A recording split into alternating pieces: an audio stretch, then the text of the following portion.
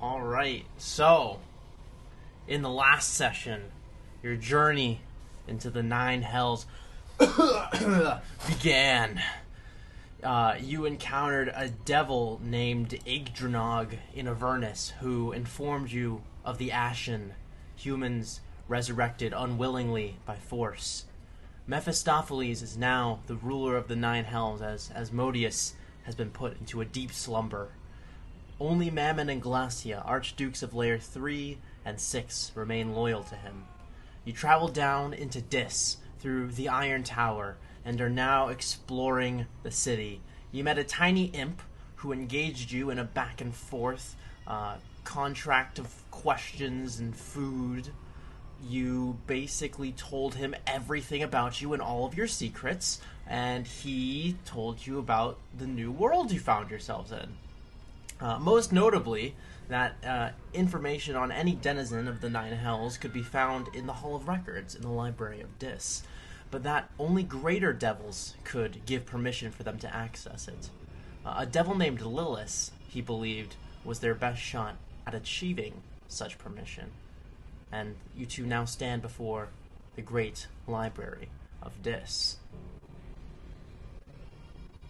which I will remind you is like this massive, like 3-block wide, metal structure, and there is a like a stone colossus before the entrance.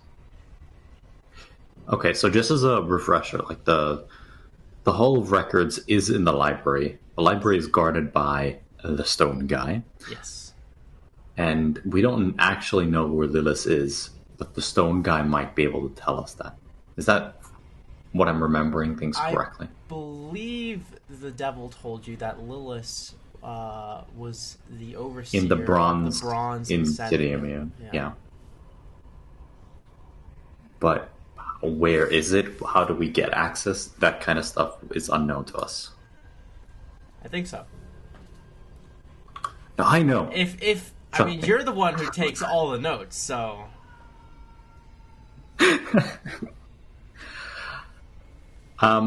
I distinctly remember that our purpose was to find Stone Guy, talk to him about Lilith, and see what we can dig up on means to access the Hall of Records.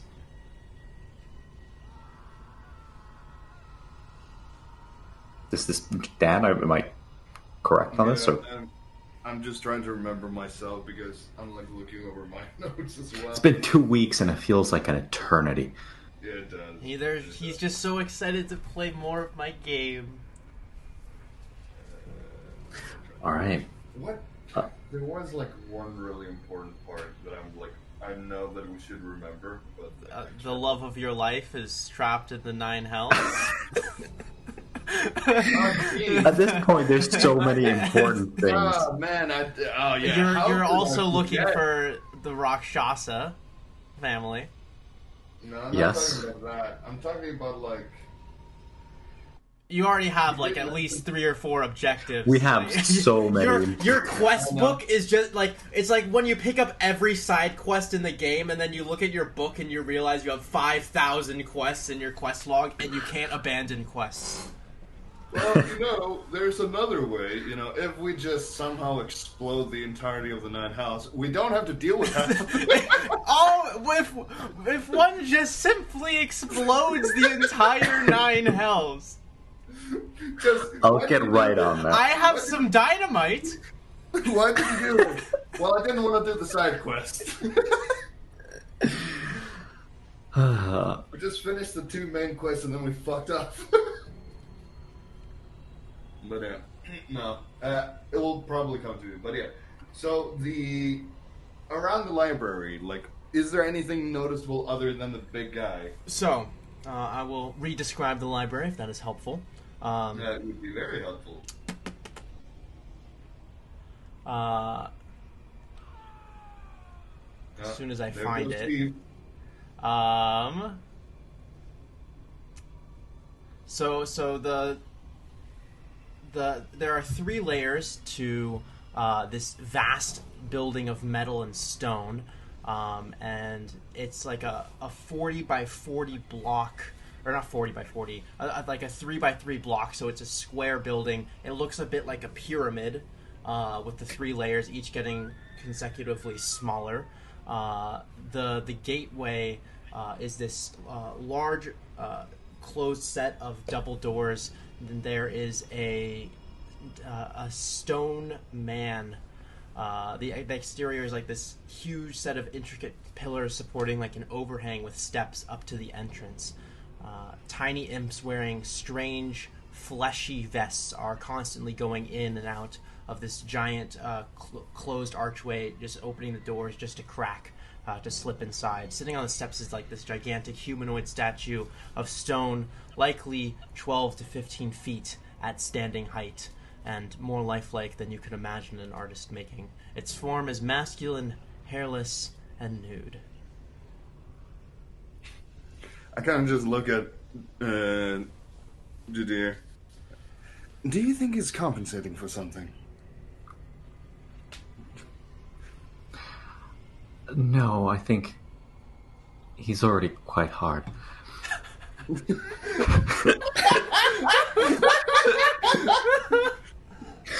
I think I saw one of the imps look. I think you might be correct on that one. Right. Jadir's just got... He's looking for baddies. Oh, God. Proceed onwards. Jesus. Hey, his words, not mine. So you are just walking forwards towards the stone gentleman. as you approach the stone gentleman. His head very slowly looks up, and you can see like the stone features of his face kind of moving very slightly, and you can see he's even blinking.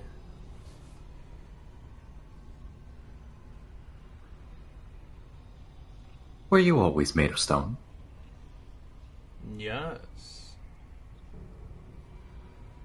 Why? I am the Sentinel. It is my purpose. You should not be here, mortals. And yet we are. You see, we're hoping to be of use. To me. Well, maybe. Perhaps. He's currently engaged in the thinking statue pose. Fantastic. We're trying to find Lilith. We intend to gain access to the Hall of Records. He looks behind him. Yes. Wondering if you could help us with that. We don't know where to find her, and we don't know what she would be interested in. I am not Lilith, but you can find her in the Bronze Incendium. This guy deserves a fucking... And where is that exactly? He very slowly begins lifting a hand and then points off in a direction distantly into the city. Can I just say, this is probably the best character in this entire place. Can we take him? We don't need the Hall of Records. Can we just take him with us? Can we just hang?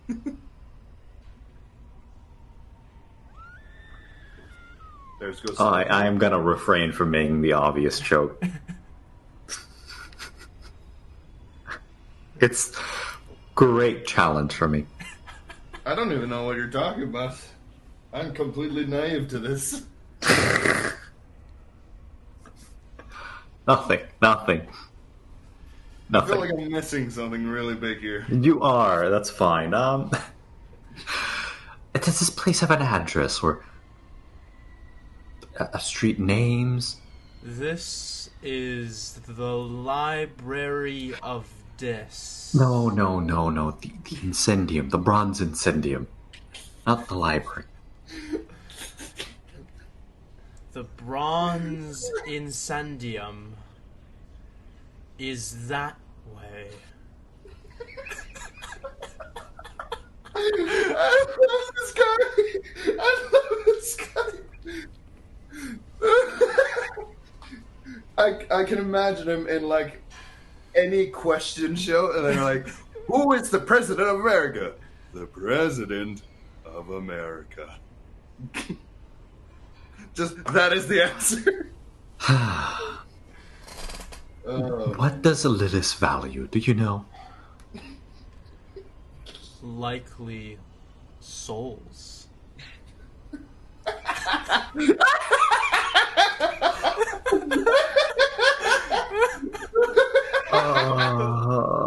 Have you come to trade souls, mortals? No, we have not. What does Lilith value other than souls? I am not Lilith. Therefore, I do not know. Oh, he is precious. Perhaps you should inquire with Lilith, who I am not. Is there like a receptionist desk inside? Can I pop in and ask a few questions? I would not do that. He is so fucking precious. Is it because there is no desk, or lesser beings are not permitted within the Library of Dis without permission? I'm aware. Oh my god, he is fucking precious. All right, thank you for your time. He returns back into a sedentary position and freezes up almost as if to return to a statue-like state. Well, he was an interesting individual. I hope he gets covered in moss.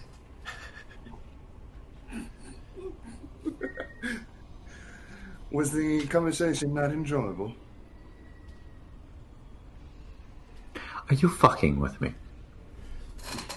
Wait, did he hear everything, or did he not? I was you're with me. No, he wouldn't. He was just sitting there. You decided to approach it. He was like, "All right, I'll wait here." Yeah, Gerald was just cracking up the whole time. Yeah, if I heard everything, you're just like in the middle of like wailing fires of doom, and you're like talking to this giant colossus, and Gerald's just rolling on the floor laughing. It's just the conversation is punctuated by aggressive laughter from camera. He has this big smugged face. It sounded like you really got along, you know? Yes. It was hardly a problem. Yeah, I noticed. And I don't mind if you want to talk for a longer duration to him. Just, you seem to be really hitting it off. And, well, who am I to stop you if you're having fun? All right. I have no idea where the Bronze Incendium is and what Lilith wants other than souls. We have a vague direction. That's about it. Well, should we? I sure wish random people in hell were more helpful. I sure wish random people in hell were more helpful. Can't even finish. Yeah, don't worry. We'll find an information desk somewhere.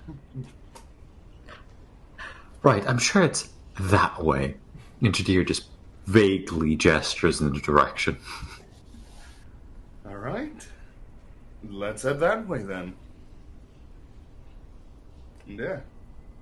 I've never been here before. The thought occurs to me that perhaps this is a never-ending city stretching far off into the distance. Well, it might be, but at this point I'm starting to give the screams names. That seems counterproductive. Well, while we're walking, I'm just looking around, and when there's a name, I give it a random... Well, scream, I give it a random name. Okay. Well, think about it like this. It's quite boring, actually. It's like, oh, there's a pit of fire, there's another pit of fire, there's someone crying. Oh, no, never mind, that's fire. Have you worked out why those things have flesh vests? No idea. Oh, there's Steve again.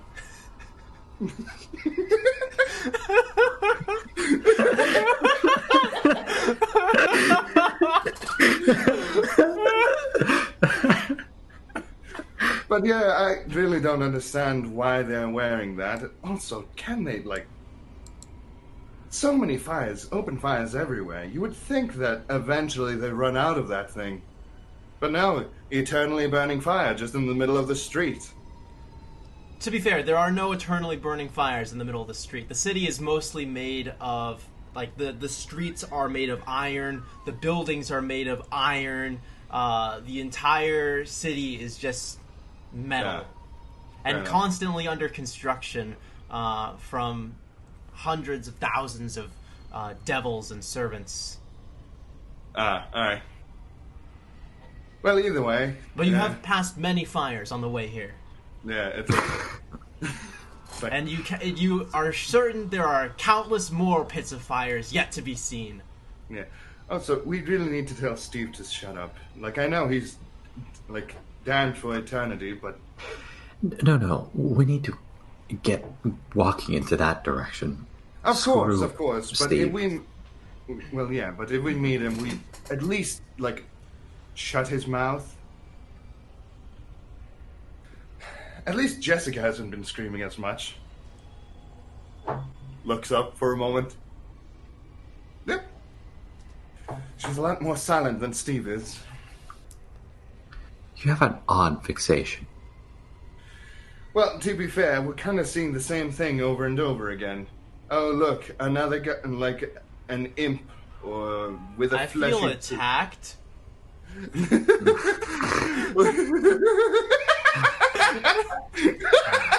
Gee, I sure wish hell was less repetitive. I sure wish this place had better design. I'm so bored. Like, I understand they're going for efficiency, but... Like, look, that's the same color, that's the same color. Well, actually, that one is bold. No, that's his brain. And there's Jessica. But... Have you worked out, are there street names? How do beings navigate here, right? Yes, I've wondered about that. Not seen a single one. Or if there is one, they're fairly well hidden, or we're both blind. They have quest trackers.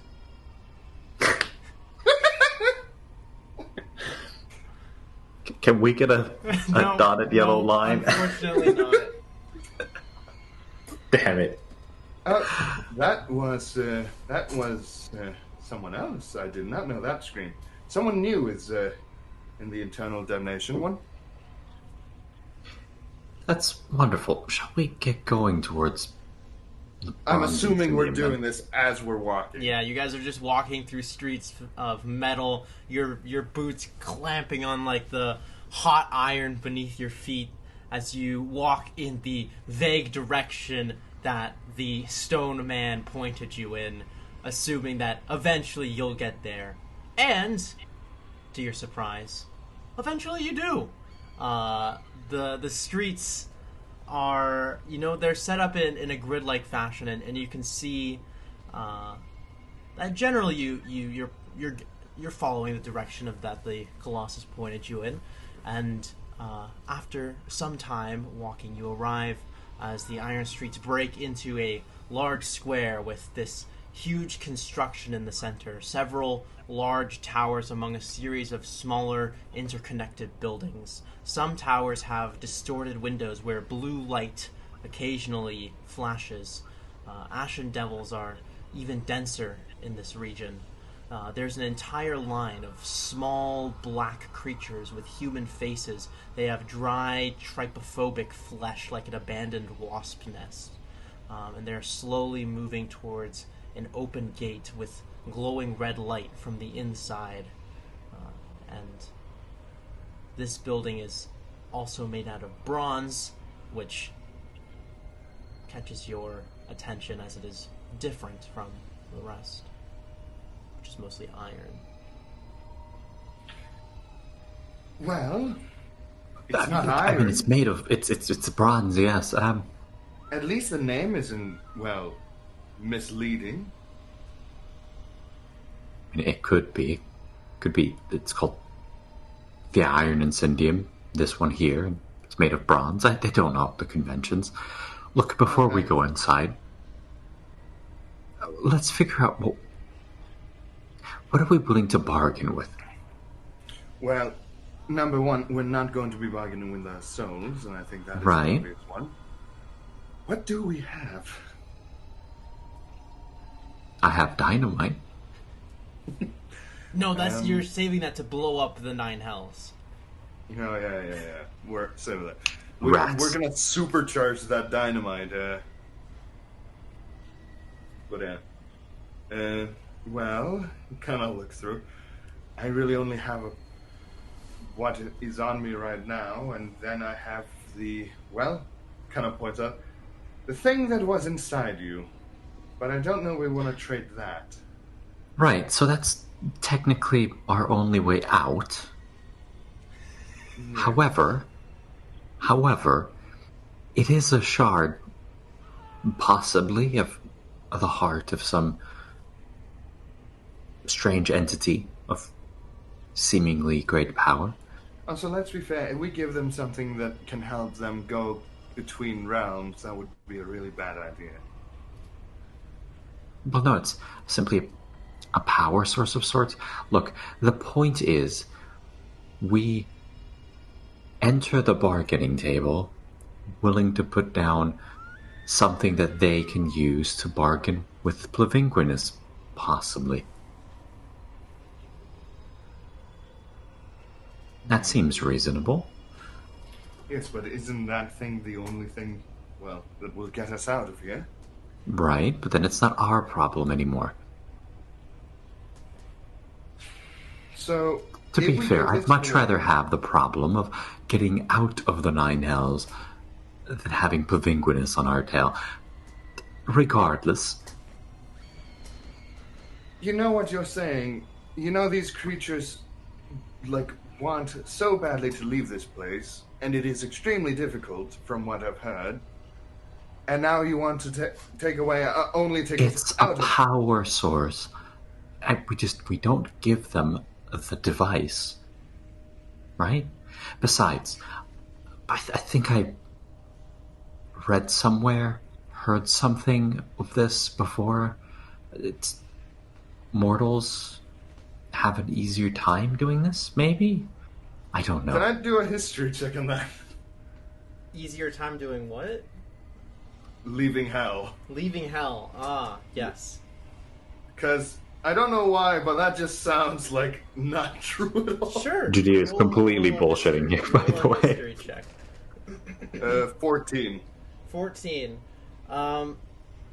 I suppose if a mortal had the ability to go to the 9 hells, they probably have an ability to get out, though if you don't have a means to get out, which involves some means of plane shifting, it's not like there's a stairway out of hell, so yes, you would be stuck here with no escape, should you not have access to a means of plane shifting. So let me give you one good reason why this is a horrible idea. You could navigate the river Styx and come to a different evil plane. You, on a 14 history check, being a demonologist, you would know that the river Styx travels through the all of the lower evil planes from the 9 hells all the way to Pandemonium and Oh my god, we're gonna be stuck between planes if we do this. Yeah. Right, so we have bargaining Theoretically, chip. you could definitely leave Hell, though you don't know if there are means of planar travel, not including or escaping from planes connected to by the river Styx that are not the nine hells leading to the material realm. Quick question: the river Styx, isn't it known to be like extremely dangerous? Yes, those who wade into the river Styx lose their memories and become husks of themselves, and basically die on the inside, turn into zombies. But you can get a boat. Then you're all good. Just don't capsize. Yes, a boat. Where will we achieve that? In hell, none less. Ah, yeah, we'll find the perfect boatsmith that doesn't want our soul. It's a doable task. Actually, Wow. there is a way. If we do trade the power resource, if it is valuable enough, we could ask for a way through Styx, aka a boat or something, and for the access of the library. Well, let's worry about it for now. All we need to know is we have a means of bargaining, I suppose, that doesn't involve souls. That is true. Should we warn them about the whole thing? Touching it, it goes inside your body. No. All right, I'm fine with that. We're such assholes. Do you think we should get in line or just walk past everybody? Well, excuse me. All right, she's done. So, anyways, now that the screaming is done, how do you feel about walking past them? Because the line itself, by the way, is it the imps or is it the... You have never seen the... Well, actually, you have seen creatures like this moving around. These, being a demonologist, you would know that these are some warped, distorted form of a lemure, which is already the lowest life form in the nine hells. These are, apparently, you would assume to be Ashen lemures. All right, so we'll just ignore them and we'll walk past them.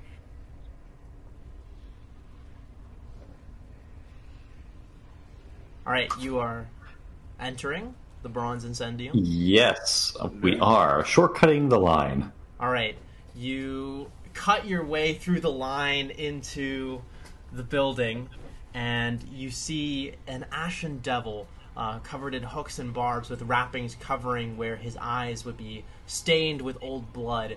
He is directing the line of these lemures into sets of doors leading further into the Incendium. He looks at you as you enter through the gateway, and he says, "Mortals, greetings. What can the humble mock do for you?" Wait, isn't this the first time Ashen has spoken to us? That's true. Oh, that is interesting. So you do speak. Of course I speak. So how come, just out of curiosity, how come you can speak and the others can't? And he kind of points into the city. The others? The other, well, Ashen. Most of us can talk, though not all. Lower life forms tend to have difficulty with words. Oh, that is understandable. And as he looks at the line, because if I remember, they are like really small. Yeah, they're like maybe like 2 feet tall. They're just like these disgusting, saddened heights of the lowest form a soul can be. Lovely. Yeah. And it's like, so, yes, we were actually interested in having a conversation with a certain someone that lives here. And that would be... Damn, what was the name Lilith. again? Yeah, Lilith. Lilith! Oh, mortals. Unfortunately, Lilith would probably kill me for bothering her. Unless, of course, you are more important than you look. Are we? Well, looks can be deceiving. Yes, they can.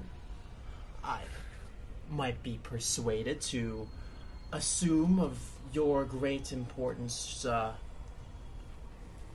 should you perhaps make a suitable offering to the humble monk. I kind of look at him and kind of go, well, I'd be more concerned about you if you did shoo us away. We do have something quite precious that she might want. Oh? Perhaps something that, if we were to sell it to someone else, she might even kill you for it, for taking such a deal away from her. Roll persuasion. I'm really good at these. 18. 18. Alright, let's see. What is this thing you think Lilith desires? He looks at you very curiously. You seem to have piqued his interest. Kind of looks at Judea. Judea, how do I explain? Word. Well, let's just say it's an extremely interesting power source that has many potentials. Well, I have to see this, of course, to know that it's real and you're not just going to get me killed. It's taken me 500 years to reach this place, you must understand.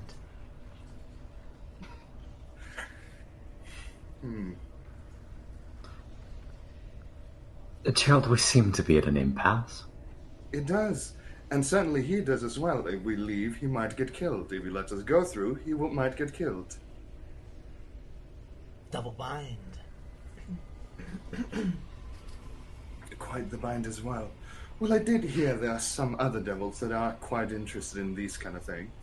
Well, before we present you this item,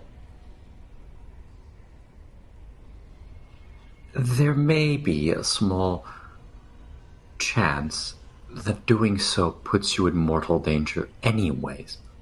You see, simply having a knowledge of its existence and knowing it's here could put you at jeopardy. I highly doubt that. What could be so terrible as to come here simply to slay the humble monk? Well, you see, it doesn't have to. Proxies exist, mind you.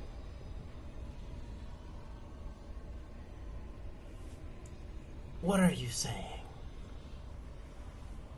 I'm saying I'm offering you the opportunity not to look at it should you feel concerned over I your... am far more concerned with permitting two interlopers in the presence of my master than I am with your imaginary bupkis, evil, horrible thing coming to destroy me. All right, then. Suppose we have no choice. Yeah, Jadir does have the thing. I don't have it, so...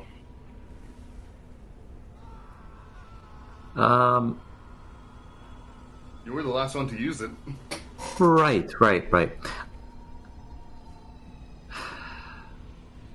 Jadir sort of turns around. Can I mage hand the shard out of the thing? You can. Yeah. It clicks I out would and like to. the device, the life fades from the device. Alright, I'll pocket the device and try to, keep it away. But hoist up the shard to be seen. You hoist up this glowing purple shard, and the Ashen Devil's eyes go wide as he looks at it. As he's looking at it, I immediately go, remember, no touching. Yes, I think Lilith would be very interested in acquiring such an item.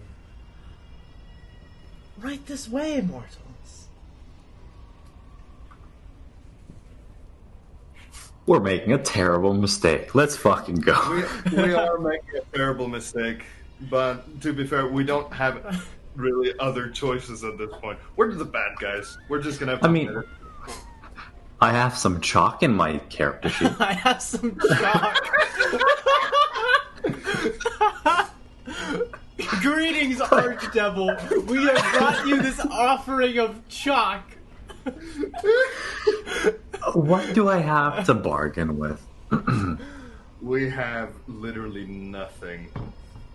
This is such a rushed decision to go to the Nine Hells. Like, the only valuable thing I have in my inventory... You're about to give the... Oh my god! This is crazy! You're gonna die! Okay, so... The humble Mock leads you through halls covered in arcane, extravagant decorations on a carpeted floor. His kind of black tail kind of snaking along the ground as he leads you forward until eventually you ascend all the way to the top of one of these towers. Looking out, there's like kind of like these beautiful glowing blue lights. What you might imagine a blue glowstone torch to look like, and they have like these hexagonal glass panels on the wall, creating these bulbous domes at the very top of the tower. And as you ascend, you can kind of look out upon the city in the red light and the hooked cleaver mountains surrounding the walls. The city stretching on for miles and miles and miles. You come to a set of doors, and Mock opens up. Before we were heading there, like, can I, like, just while he's looking there, can I, like, quietly, like, give myself enhance ability and bardic inspiration? Sure. Are you trying to cast this stealthily? Yeah, I am. Roll sleight. Actually, Sleight of hand. I'm bardic inspiration, giving myself bardic inspiration early on, so just in case. Bardic inspiration. I thought you were casting. I'm also doing that. Oh, you're doing enhance ability. Okay. But I'm doing it. Yes. So as you're anime walking, powering as you're walking through the hall, you just like take out your violin and start like stress playing on the violin. Not really how I would like to word it, but all right. But yeah, and what I'm gonna do is, why is this like this now? Oh, change characters. Why is it change characters? It's always fun when the side decides to be fun. But yeah, bardic inspiration, and then a level 3 enhance ability. So, and I'm doing it to both me and Jadir. All right. And you wanted a sleight of hand? Yes. All right. Do I get an advantage since it's looking literally the other side? No. Damn it. I don't give out advantage like candy like most DMs. God damn it. I was reaching, I know. So... It's a 1d8. Please be lucky, please be lucky. So it is 14. 14. Alright, you manage to subtly kind of twist your hands behind your back, muttering to yourself, and this inspiring aura comes about you. You feel like you are slightly more equipped to handle whatever insanity is about to happen. It also goes to Jadir, by the way, so we're both having advantage on charisma checks. Jadir, you feel oddly better about the situation, despite your imminent demise. Wonderful. Oh, We need God. this. After all, if you survived the Tempest Horde, surely what does an archdevil got on you? Everything, actually. Oh my lord. Anything else you guys want to do? No, As you are coming? Alright. The humble mock opens an ornate set of doors and invites you in. As you do, as you walk in, you see this obese, orange-skinned woman with strangely curled wings and a tight dress that does not flatter her form. Yet she holds herself miraculously well. She has horns that curl into like a spiral-like pattern, almost at like hair buns on the side of her head. She's in the middle of reading this enormous black book, bound with what looks like, but probably isn't, a dried black pudding. As soon as the doors open, her head shoots up. She's like, "What?" And he's like, and Mock is like, "Your Highness," and he's like, "You forsaken swine! You would Oh, mortals. Hello. Why don't you come right this way?" Alright, and... I suppose immediately, without prompting, Jadir will bow. Yeah, Jadir does like a similar, like, a bit more of like an elegant bow. I guess is Jadir doing an elegant one or just a normal one? A very elegant one and proceeding on inward. So we're doing the same thing, pretty much.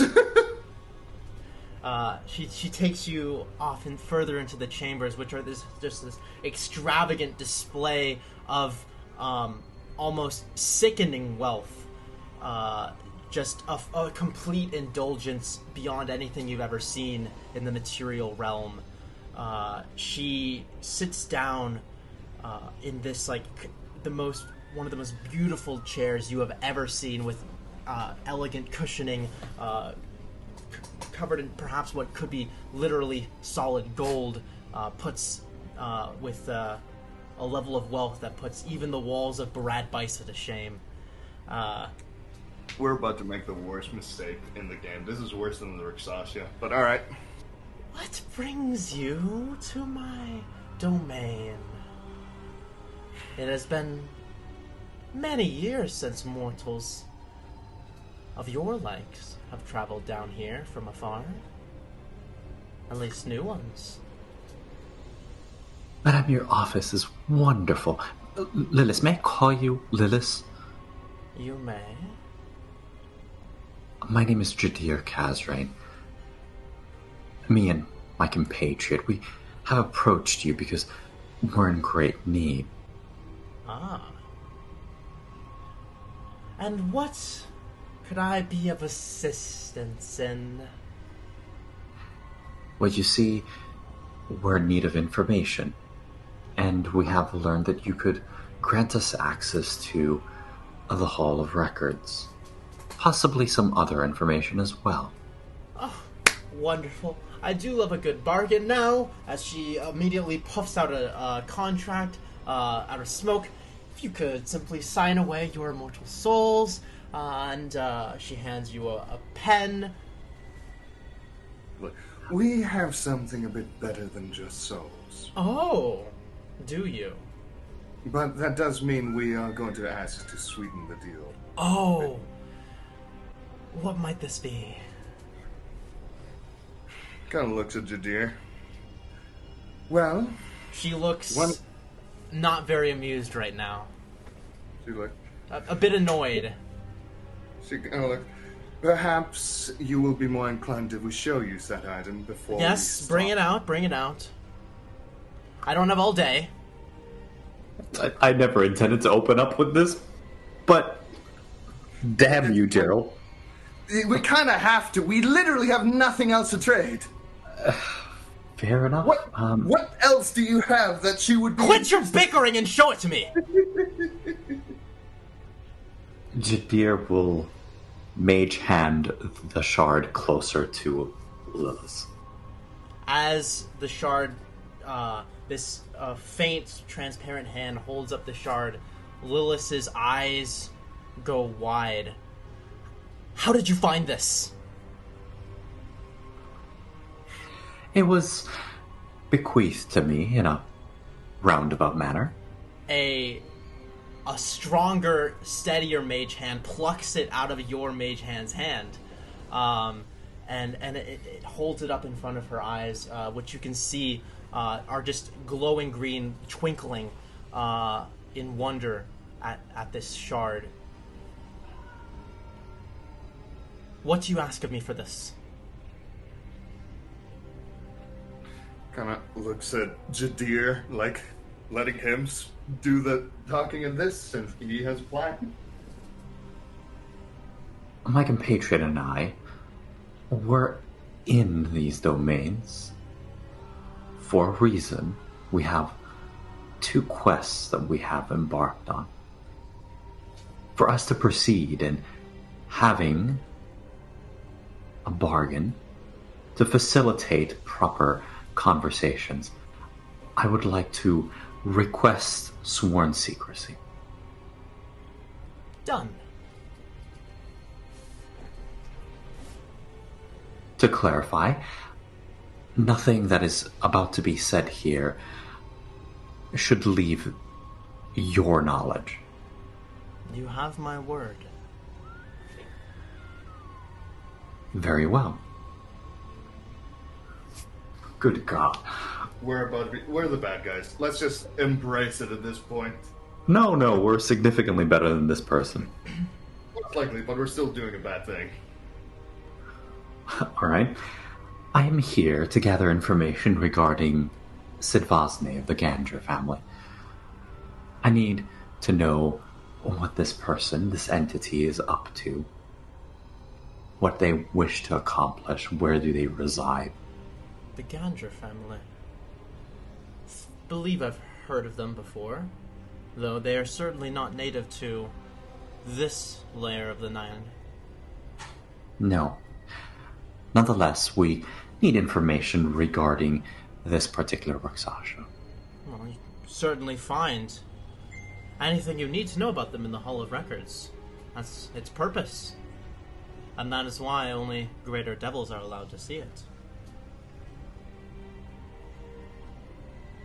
That is our first priority. Our second one, Gerald, you can explain whatever it is that you wish to accomplish.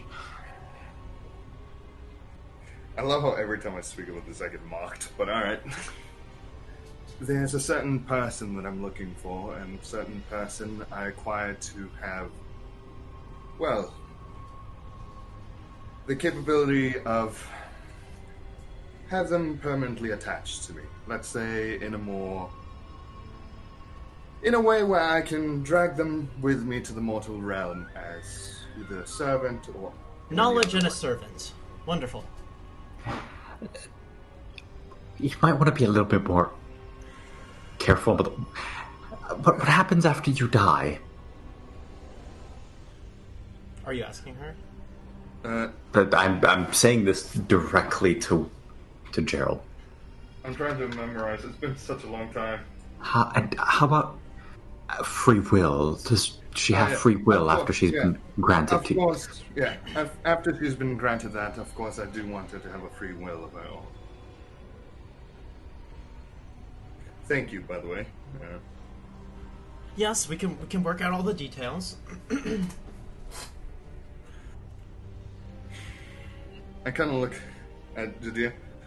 And then the way out, Judea.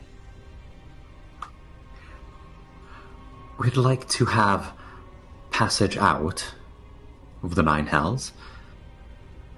And in addition to that, safe passage in and out of your realm if possible. She's Back nodding. to the mortal realm. Is that all? A way to come and go as we please, safely, with our souls and bodily security assured. information regarding the Ganger family, access to the Hall of Records, and the release of one succubus tied to Gerald with free will. You got it! She stands from her chair, poofs out a contract, and a quill appears in the air and begins writing on the paper at incomprehensible speeds. We're probably making the worst decision. Well, to be fair, this entity won't be our problem anymore. No, it might very well wipe. Oh, most likely. If somebody sold my heart away, I might want to enact revenge. I don't know. Okay, out of character. Did you have anything else that could have been able to give us all that?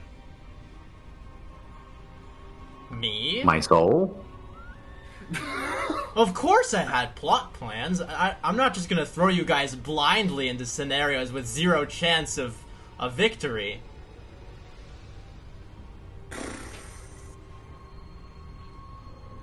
You didn't have to take it out, by the way. Well, I think this is a brilliant solution.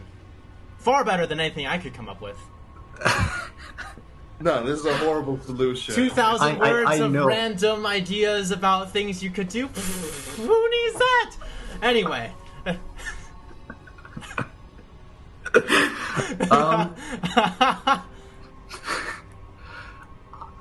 I think we have what we wanted. This is just bad decisions after bad decisions. But that's kind of what Jadir does. Yeah. Look, Well, look, fix it in the future. I want to sign it, because, look, it gets rid of the shard. It's not my problem anymore. We have safe passage back and forth between the Nine Hells. Should we need to come back, then at least we have a way back to Dis. Okay, that's great. That solves our passage problem. It gets you what you want. And then hopefully it gets the Ruxasha off my back. I am signing if I can. Right now? Yeah, like, Yes. Okay, Yes, just I'd to be like to clear, sign the contract. this It does not contract- include my soul. Yes, the contract, you read over the contract, it does not include your immortal soul. So we have Succubus to be released as a servant under Gerald with free will. We have, you get your free passage in and out of Dis and Lois's domain. You get, With the stipulation that it is to the mortal realm and back. to the mortal realm and back. That's our pleasure. With safety assured. With Also, safety assured. Oh, he did say there's a specific succubus. is there a specific succubus? Should I edit this contract? Agatha. Agatha. I'm afraid I don't know any Agatha.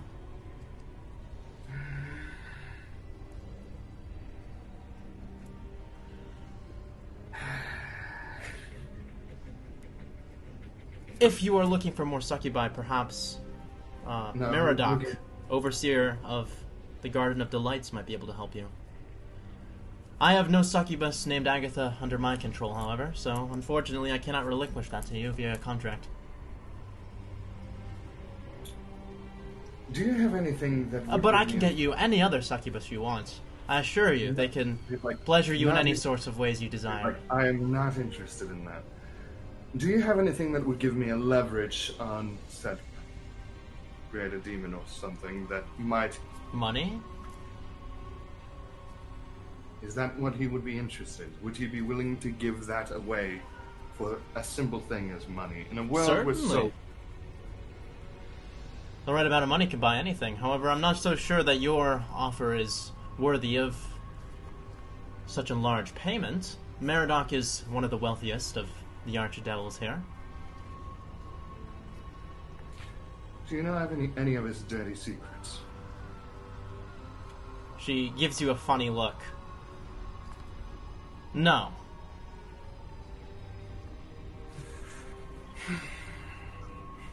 All right. And to Is be it- fair, I'm not certain that any of Merodach's succubi are the one that you are specifically looking for.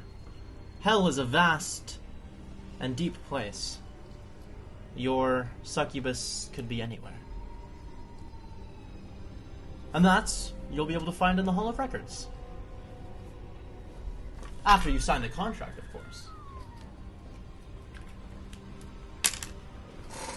Kind of thinks for a bit. All right.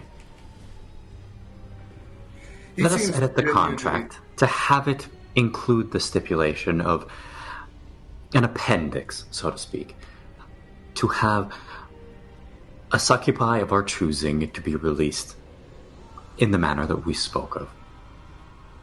The name to be determined later.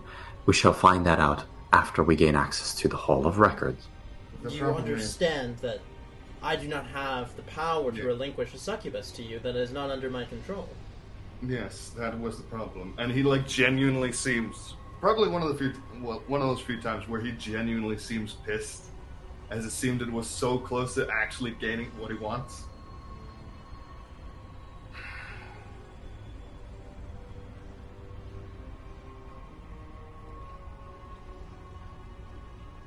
I have an interesting offer. Since the succubus thing won't work, what about this? I would seek something that perhaps in the Hall of Records is something I cannot find.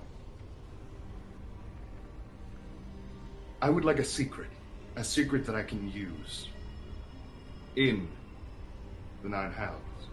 Not of a lower devil or demon, but a secret that may save my life. Secrets are heavy prices. And so is the object that we have. I will give you one secret, and I will give you 1 day in the Library of Dis. And in exchange, you will give me this shard.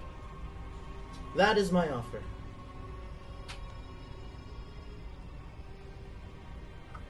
I can't accept that. I need the stipulations that I brought up to be met. This includes passage, should we need it in the future. Well, something has to go then. Could give you a lesser secret. Could give you a lesser secret. 1 day in the Library of Dis. And free passage into my domain. To the material realm. Oh, all right. Gerald, I think this is still worth using. With the information in the Hall of Records, we might be able to find something. It's our best shot.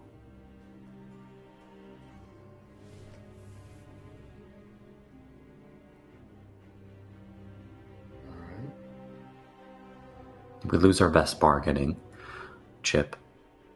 Yes, that is true, but we solve many of our current problems, and we're one leg up.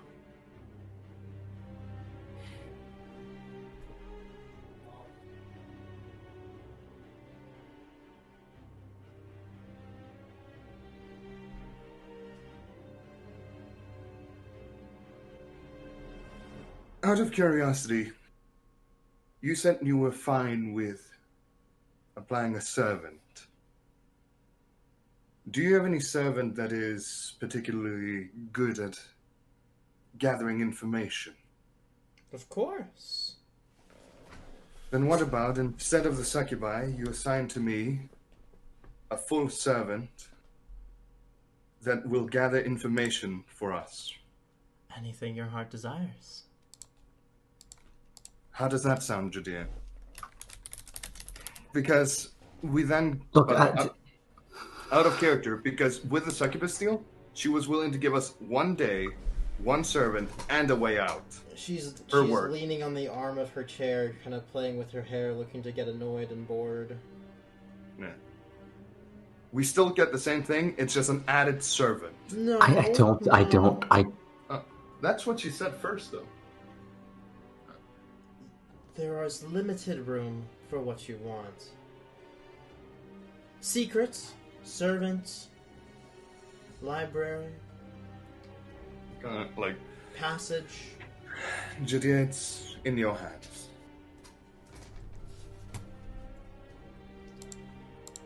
Here's my contract offer, she says, now looking to becoming excessively bored as the quill once again writes incomprehensibly fast, offers it up to you.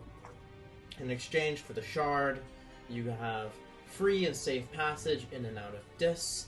You have access to the library for 1 day, and Lilith is to give to you at her discretion what she deems to be a moderate secret of the Nine Hells.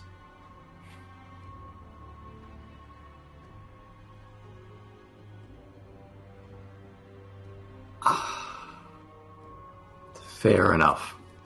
Yeah. I accept. Wonderful. The quill is like magnetically pulled into your fingers. Jadir signs. She looks to you, Gerald. Yeah, I guess we both have to sign, yeah. Yeah, I sign. The contract erupts in a puff of flame and smoke, and the shard is captured in the hand, the mage hand of the archdevil, and taken away into another room. Your secret is that Glacia and Mammon, rulers of 3 and 6 who remain not loyal to our new ruler, Mephistopheles. They are in love. Taboo. That is a decent one. We could use that. How scandalous. Now, get out of my sight. I have work to get back to. Another proper bow. Before I leave, how does the passage work, by any chance? She's like, look at your fingers. Jadir does. You look down, and you can see a ring of scar tissue is now bound on your ring finger with infernal etchings. I collect scars in this campaign. That's what I do. You would see this as well, Gerald. Yeah, I kind of figured it was on both of us. You may now be transported freely of the Incendium's magical power in and out of the city of Dis at your leisure. All right. Thank you, Lilith. We shall be on our way. Yes. Goodbye. You are... An arcane shove pushes you out of the room, and the doors slam shut behind you. Yeah. The humble mock is waiting for you. Ah, mortals. Wonderful to see you're still alive. Follow me and I'll lead you out. Yeah, we follow. All right, well, we'll follow Mock out. Mock takes you out of the Incendium and bids you farewell at the streets. So I recommend. Let us hurry towards the library then. Yes. Also, the clock that you have. He did have a clock that works, right? No, your clock is broken. Yeah. If only I've been you would have put fucking that with in it the for like contract. 10 sessions. Yeah. I'm a bit concerned. Well, anyways, we'll get to that point when we are in the library. Shall we hurry along? We only have a limited amount of time to find what we need. Yeah, I think we just run. You guys running through the Nine Hells. Running through the hells. I just remembered how terribly enfeebled I am. I'm gonna be taking it on a light jog. That's true. Are you still at 6 strength? I don't think so, but I think I gave you your 8 strength back. Yeah. I have everything back. But it is Jadir. At this point, I'm just half preparing, like, well, there's gonna be a new character in the future. We have fucked up somewhere here. Oh my lord. But yeah. Alright. Did my screaming go away? Give me my ambient screaming back. Out of curiosity, almighty DM, Yes? from 0 to 10, how horribly are we doing? You don't get to know. I don't want to know. Yeah. Man, because I already know we're doing horribly. I think the whole point is just to see what happens. You guys may have, been clever. You might have just made the worst mistake of your life. I think we've done both. Oh my god. Alright. Fine. I feel like good. we have fucked up so badly. Alright, so at a light jog, it takes you about 20 minutes or so to return to the library. The stone man is still sitting there.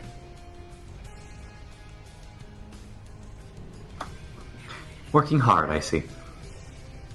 The stone man does not appear to move from his statue form as you are now have access to the library. Alright. Fantastic. Do we split up? Do we go? Are you going in? Yes. Alright, you guys Right on in.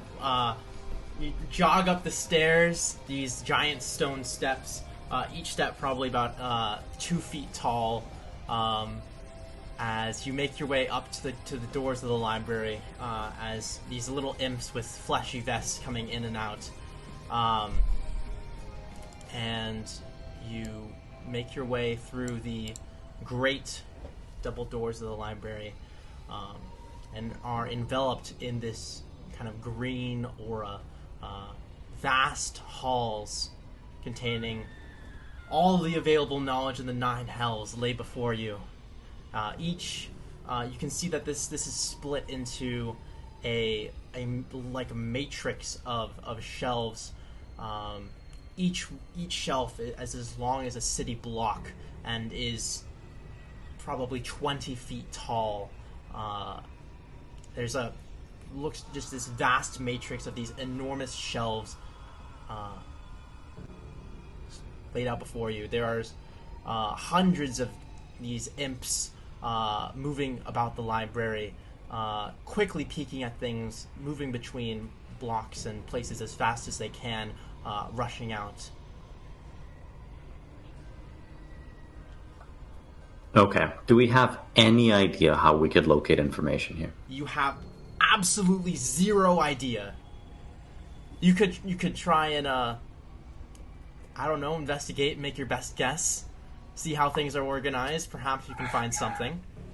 And by the way, you are looking for the Hall of Records. This appears to be the entire library. Okay. Then Jadir will run up to the first imp that he sees and ask, where can I find the Hall of Records? It gives you a weird look. And he kind of like subserviently, that way, sir. And he points directly forward, and you can see that there is moving going forward. There is an archway with 2 glowing, what might be braziers holding pools of water, actually, with green torch flames on the side. Then let's get going towards them, I guess. All right. You move into what is supposedly the Hall of Records, and you can immediately see a change in the way that knowledge is stored here. And you can see that this whole hall is contained within the first floor of the library. And you can see that there are just the lists themselves are being ever updated by lesser devils moving in and out.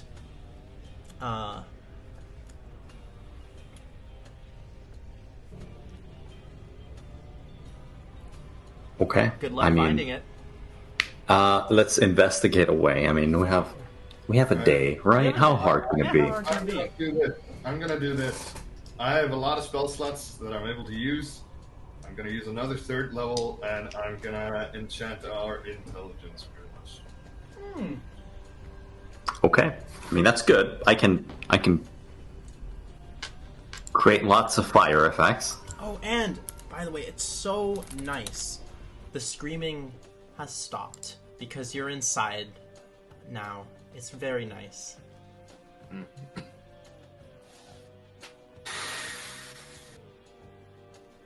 Let's hope this was all worth it. Yeah.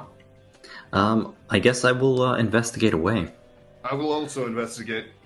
I got an 18 with advantage. Thank you. Very nice. What about you, Gerald? I got a 7. 7. All right. Yeah. So the two of you look about for a considerable length of time, and the longer you look, the more impossible your task seems to be, and you're beginning to lose hope when our tiefling friend comes upon an unusual set of scrolls that, by chance, seems to track the whereabouts of succubi. A whole section that you begin looking through until eventually you find one fateful scroll containing the knowledge you seek. And that is where we will take our 10-minute break. Oh, I fucking hate you.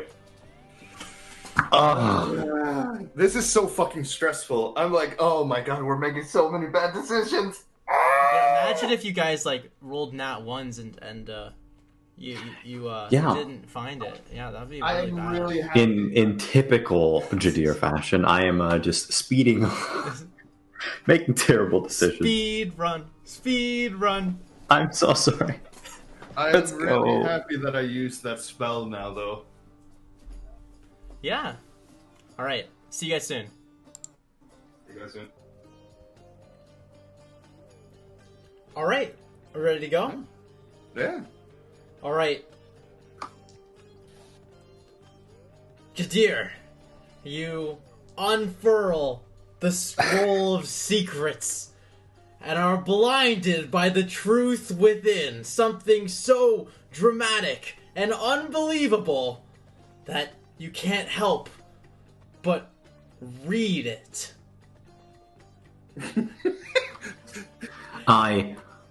Read it?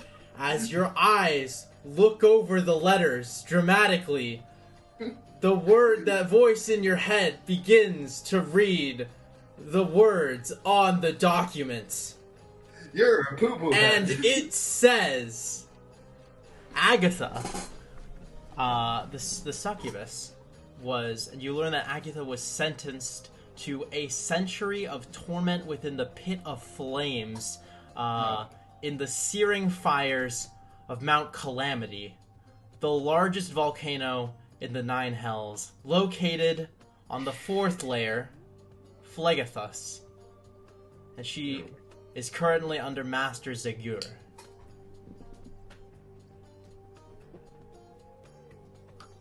That was a lot of proper names. Yes. This is the Hall of Records, after all. Oh my god. I can repeat it if you need. Yeah, could you please do that? Alright. Yes, please. She was sentenced to a century of torment in the Pit of Flame, which is inside the fires of Mount Calamity. Mount Calamity being the largest volcano in the Nine Hells, located on the 4th layer, the 4th layer being named Phlegethus. which you probably don't have the proper spelling of, but I will put in chat. So can I just copy and paste this, because I will butcher this horribly. All right.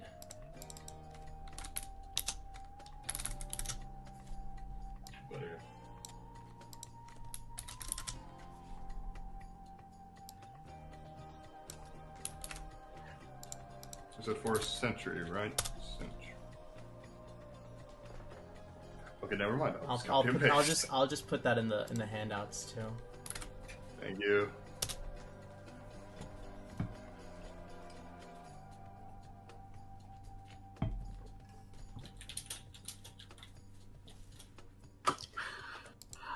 Well, it reads here that Agatha was sentenced to a century of torment with... I'm sorry. Jadir reads it. Man, Gerald is just a punching bag left and right, isn't he? And the player as well. No, this is not making fun of you. It's just the repetition. That's why it's funny. True. More pits of fire! More screaming! More torture! Only two layers down! That's great. For now, let's try to find information about the Ganger family. Yeah. More investigation checks. All right. So an hour passed, right? Yes. But before we move on from this location, is there anything we can find out about her circumstances, or why she was sentenced to do that? That would call for another investigation check. For now, we know where she is. How much time do we have? You guys have like 24 hours. Oh, okay. Right, but your buff is over, right? Because it's been an hour. I have more, so I'll pop another one. Better hope you guys don't get into a kerfuffle. So I get a 17. 17, nice. And you, Gerald? Are you guys both looking for the same things, or are you going to be diversifying your... I was looking for the same thing, and okay. I once again get a horrible roll of 9 and a 6. Okay. So once again, Gerald is of little use other than spellcasting, but in Jadir's perceptive investigations, he is able to find another scroll documenting the history of this so-called succubus. Gerald, you don't find anything about your lover, but you do find something that surprises you. There is already a scroll documenting the presence of 2 mortals that have entered the Nine Hells as of, and it's like a very recent date that you guys arrived. And it describes your appearance. So Agatha, God, I'm already getting lost in my own notes. So Agatha it says that Agatha was sentenced to this punishment to reprimand for her refusal to obey orders on the material plane. She was ordered to manipulate men into selling their souls away through seduction in the town of Noavrin in the material realm, where she refused to do so, gathering absolutely 0 souls, and eventually being discovered as a devil. So double failing, she was sentenced to this punishment because she failed so horribly at her job.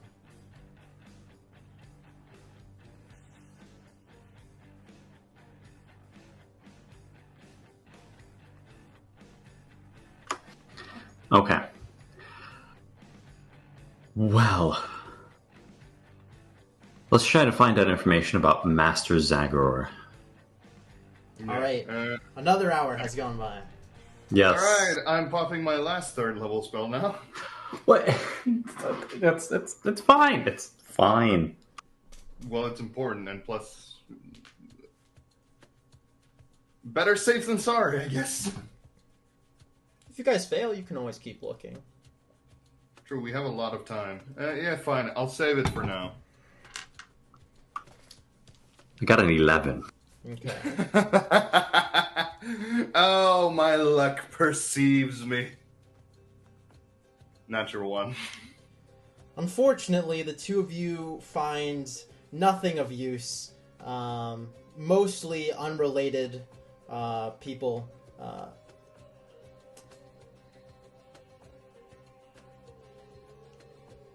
I'll say on an 11, as you're skimming through some lists, you do find Zagura's name mentioned again under documents on pit fiends.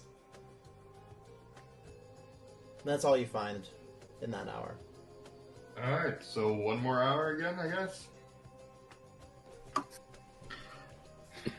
Is this information that you really care about? Because I have other things that I want to double check on. And I'm keeping track of hours, so don't worry about it. What did he say? The Sagar. Well, of course. We're on 3 rolls so far. Yeah. If you look for that, I could look for the Rakshasha stuff. Well, you look in the Sagar, but yeah. What's your intelligence modifier? +1. Actually, Okay, that's better than me. I'm at 0. Well, my investigation is +1. Okay. Because Yeah, you have, yeah. Jack of all trade. Ah. Fair enough. Better than I am.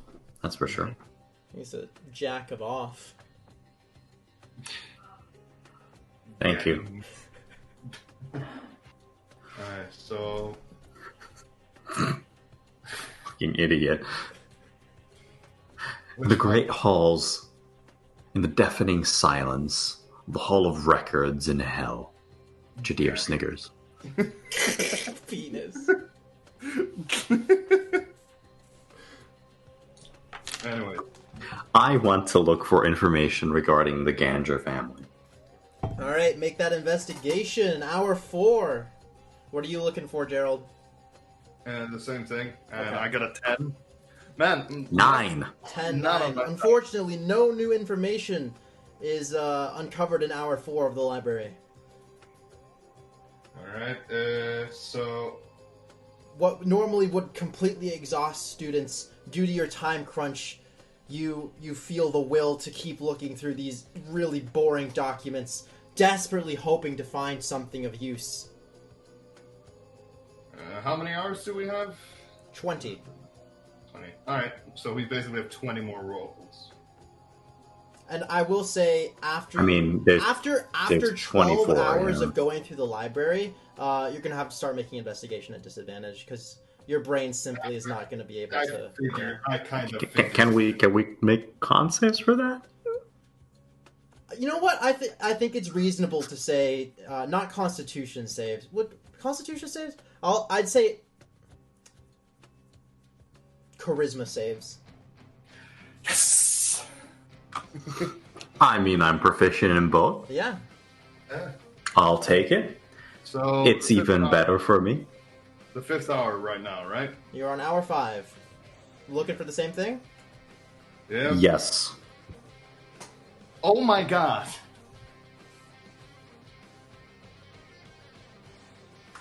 I got another 9. I got another one. Starting to get frustrated here after 2 hours, basically 3 hours of shit. Hour 6. 6 hours! You're coming up on a long time. Yeah. As the heavy eyes are beginning to set in as you go on to your 6th hour of looking through countless scrolls and documents. Screw it. I'm using a 3rd level spell to give us enhanced ability this time. Alright. That's the last one gone. And we have an advantage. So, 6th hour here. 6th hour. Make your roll. Oh my god! I am so fucking happy. I rolled an 8 at first, and then a second 19. Nice. That's So I good. got 20. What about you? What about you, Jadir? I am at 14. 14. Between the two of you guys, you are finally able, with the help of Gerald's magical searching powers, tendrils of arcane essence whipping around, kind of guiding your thoughts, almost like a kick of arcane coffee that you'd been missing.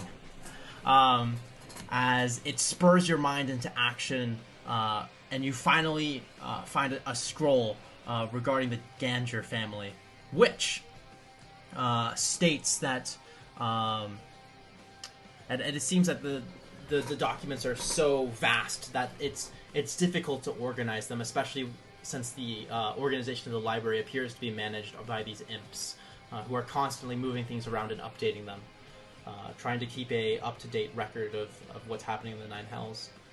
And you find that the Ganger family is in the city of Abriamok.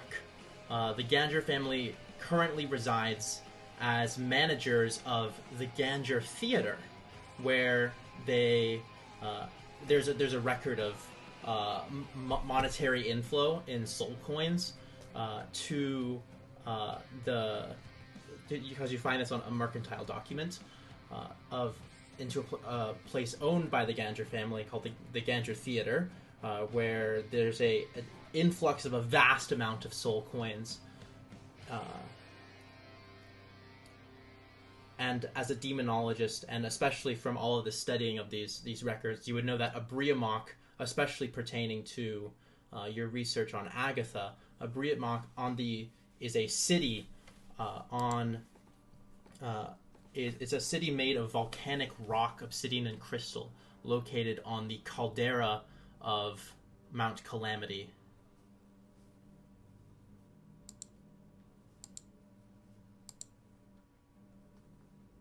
And if you need me to go through that again, I can. Yes, that is a lot of information. So, a great mock manages the Ganger Theater, monetary info and soul coins. There's been a ton of it, and it's in Great Mock, which is the city next to caldera of Mount Calamity with volcanic rock of obsidian glass. Did I get all of that? Or Okay, here. I'll just put this. So yes, dump away, please. So the city of Abriamok, which is located on the caldera of Mount Calamity. Ganger Theater.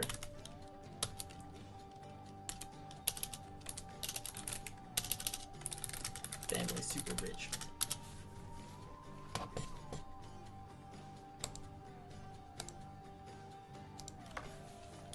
Thank you.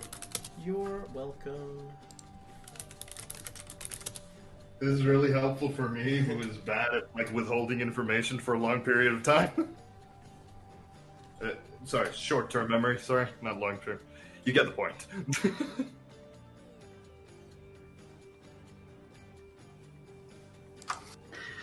Okay, none of this is really useful.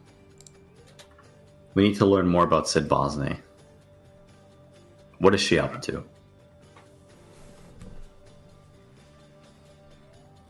We're on 6 rolls. I need to know what she's up to. That was hour 6. So at this point, I'm going to have you guys make a charisma saving throw. Quick question: could we technically take a short rest and have that kind of like a power nap? You could take a short rest, and I would give you advantage on your charisma save. What do you say? So okay. So you guys can make a charisma saving throw, regular to continue as normal, or you can use 1 hour for a short rest that you would normally be looking to gain advantage on that charisma saving throw.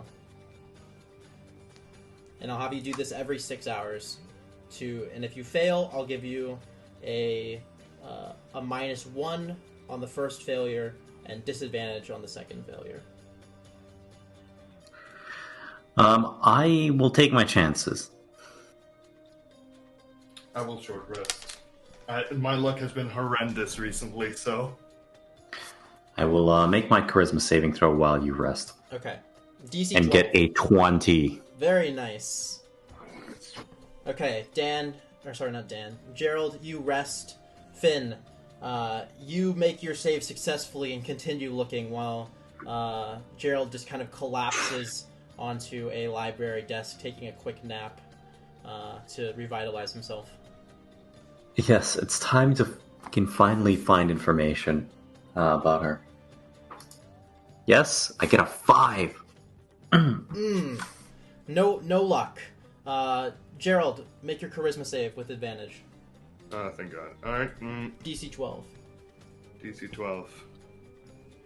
Okay, that was a good thing. I would have failed without this advantage. 13. You got it. No penalties. I know. My luck is so horrendous right now. I'm so happy I took the advantage. All right. Hour 8. Here we go. For every roll, I have to make a charisma save? No. That's just every 6 hours. Every 6 hours? Alright, I'll keep doing that. Alright. Yeah, and I can then do an investigation roll again. You can. You guys are on the I got a 3. 3. No luck for you. What about you, Gerald? I accidentally did an advantage, but yeah. I'm so unhappy I didn't just have roll regular. Yeah. Yeah, that's... I got a 7. 7. Unfortunately, no further updates as frustration begins to set in on the 9th hour. You want to know what the annoying thing is? Had I rolled with an advantage, it would have been a natural 20. So I'm like, oh man, I hate myself right now. Alright, so what hour are we at right now? We're getting into hour 9.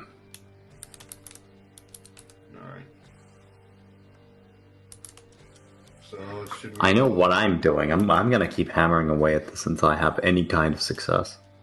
I'm gonna give myself... Actually, yeah, I'm gonna give myself Bardic Inspiration.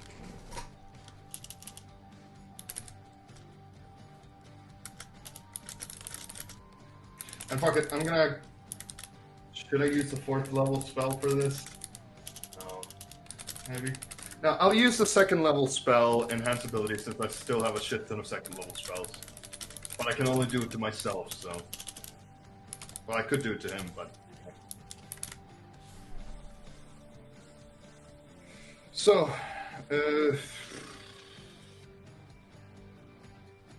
do we roll?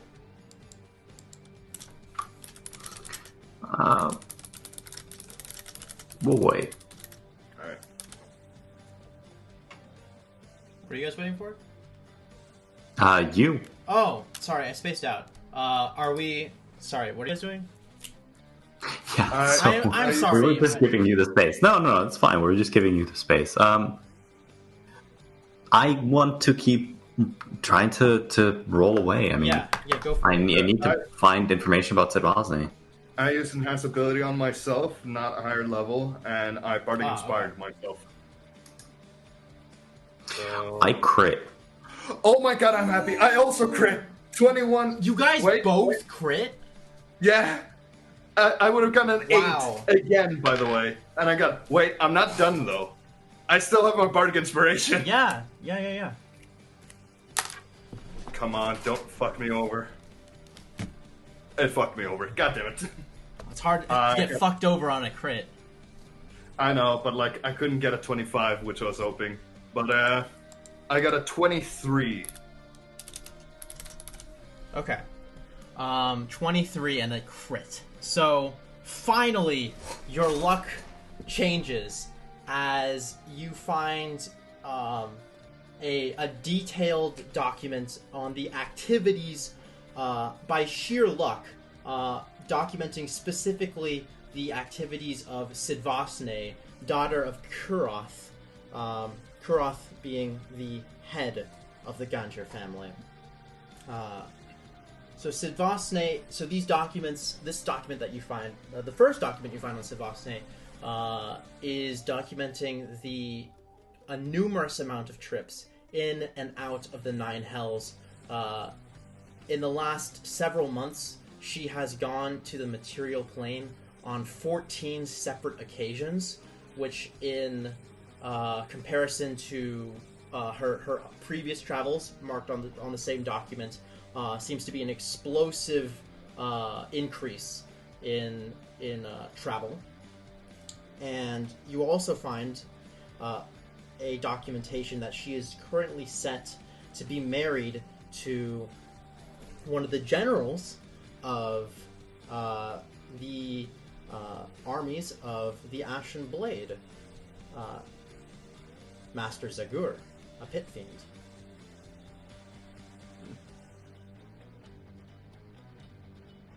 All right, I share that information. Do we both find This it? is between the two of you. All right, yeah. Then I'm assuming we both know this. Yeah.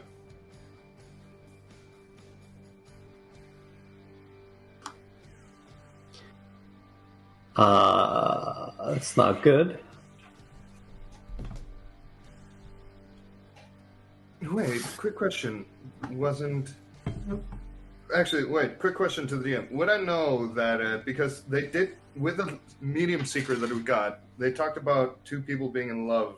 Mammon and Glacia, yes. Yeah, it was a bit of a blasphemy almost. A taboo. So Glacia is the daughter of Asmodeus. And all she told you was that they were in love and it was considered taboo. She told you no more than that, though with your knowledge of demonology you could assume that it would be considered rather distasteful for two separate rulers from different layers of the hell to be mingling so it's best to keep each layer separate. Yeah, so it's not the love fact. So the marriage thing isn't a big thing. No. The marriage thing? I mean... The marriage between Sidvasne and Zagur. That's bigger. I mean, we've heard of the Ashen Blade on multiple occasions before. We could crash the relationship, but... Let's immediately think about that. I love how Dan Jail's mind works. Yes. No, why? I don't know. It seemed narratively appropriate. We've heard about the Ashen Blade because of the orc that was in the flower. He had the frickin' journal all the way in the waist.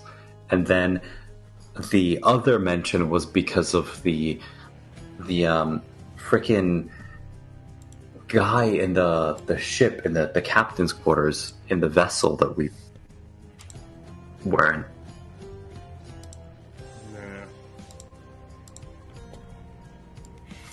At the very least. What do we search for now? What was the name of this gentleman?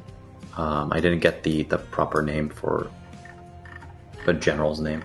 Zagur. Zagur. Is a pit fiend. Yes.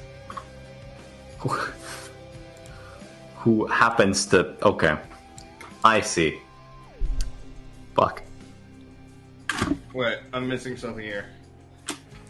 Wait, what are you... Sagur? Did you say Sagur, or...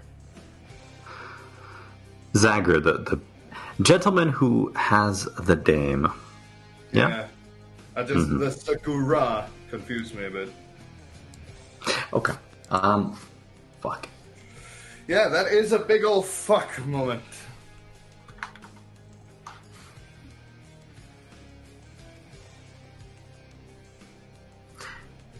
It's gonna be a 10th hour.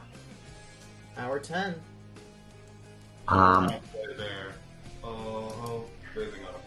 I think we want to find out more info about Zagur because he's relevant to both of us somehow. I want to use spells, but why the soul coins? Why amass the wealth? I don't know. I want to learn more about Zagur. Yeah, I'll also look for that. All right. More investigation. This is my third natural one, by the way. Wow. I got a 4. 4. Yeah. On another nat 1, I'm gonna make you take that charisma save. Man. Ouch. Beating the dog while he's down. Have you ever tried studying for 10 hours straight? I know. It's insane. It begins to become very unproductive. I know. It's just the fact of, like, my luck is bad. But I'm fine. 27. Yeah, you're good. You're all good. What did you roll for investigation, Jadir? A 4. Unfortunately, hour 10 passes uneventfully. We're so unlucky right now.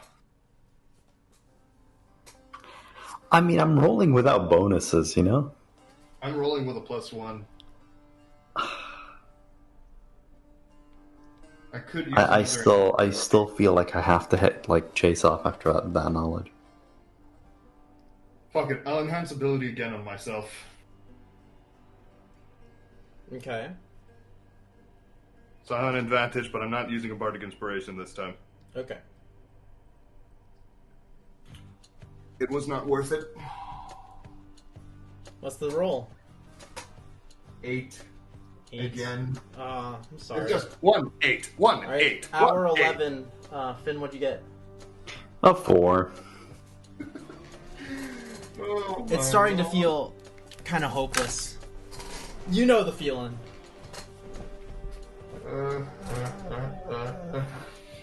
You guys have been up for about... At this point, you're coming up on 19, 20 hours of wakefulness. Which is like the equivalent of staying up till like 4 in the morning. And you guys have been studying for 11 hours straight. A feeling that I'm surprisingly familiar with. So... You're not the only one. Okay, so we don't have to do it the check just yet, right? After this next session, you will need to make your check. Alright. DC 15 this time. Yeah. Fuck it. Last enhance ability, and I'm bardic inspiring myself.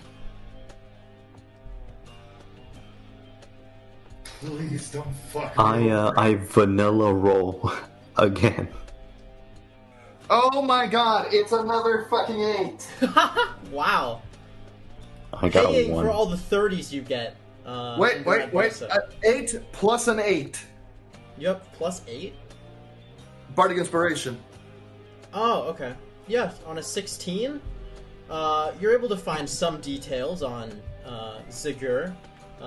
You find, going through a document, that he was a celebrated general in the Blood War of old. That's not much. But it does let you know that he is an older pit fiend and survived the Blood War. And from that, you're able to kind of infer that because most of the generals in the Blood War, even like the high-ranking, powerful ones, often were rotated in, and even given the same name as the general that they were replacing, because people would just die so often in the Blood War. So for someone to survive, they were probably only around for 100 years or so in the Blood War, but would still probably be one of the older devils.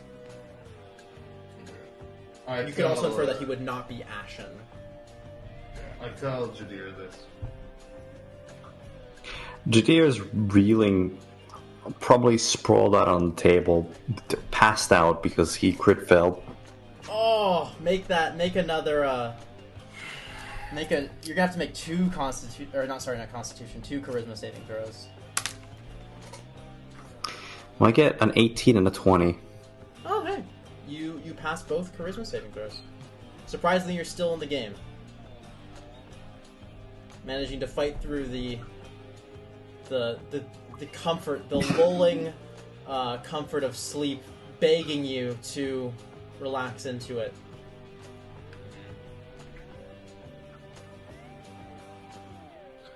Whoever my thought God. reading books in a library would be an insanely difficult skill challenge? Like, we can't diplomacy them. That's the problem. Man, at this point, I'm kind of missing the fact of if I was a wizard, this would be so much easier. Can I persuade the book? Can I deceive As it? insanity begins to set in, Jadir begins talking to the books, begging them to give away the information. Jadir, make a deception persuasion check. You can do either. They have secrets. I want to know them. But I have my own. I'm gonna deceive them, and I get a 19. Yeah, what do you say to this book? Oh, We're losing our sanity in this library. your masters told me to reveal your secrets to me. I am deserving. Let me know. Now. Do I hear this? Yeah, you see him like talking to the book, like pounding on the pages. Meanwhile, Gerald is just like holding his head like, I should have become a wizard. Oh, why didn't I receive an education? Just contemplating his career choice in life.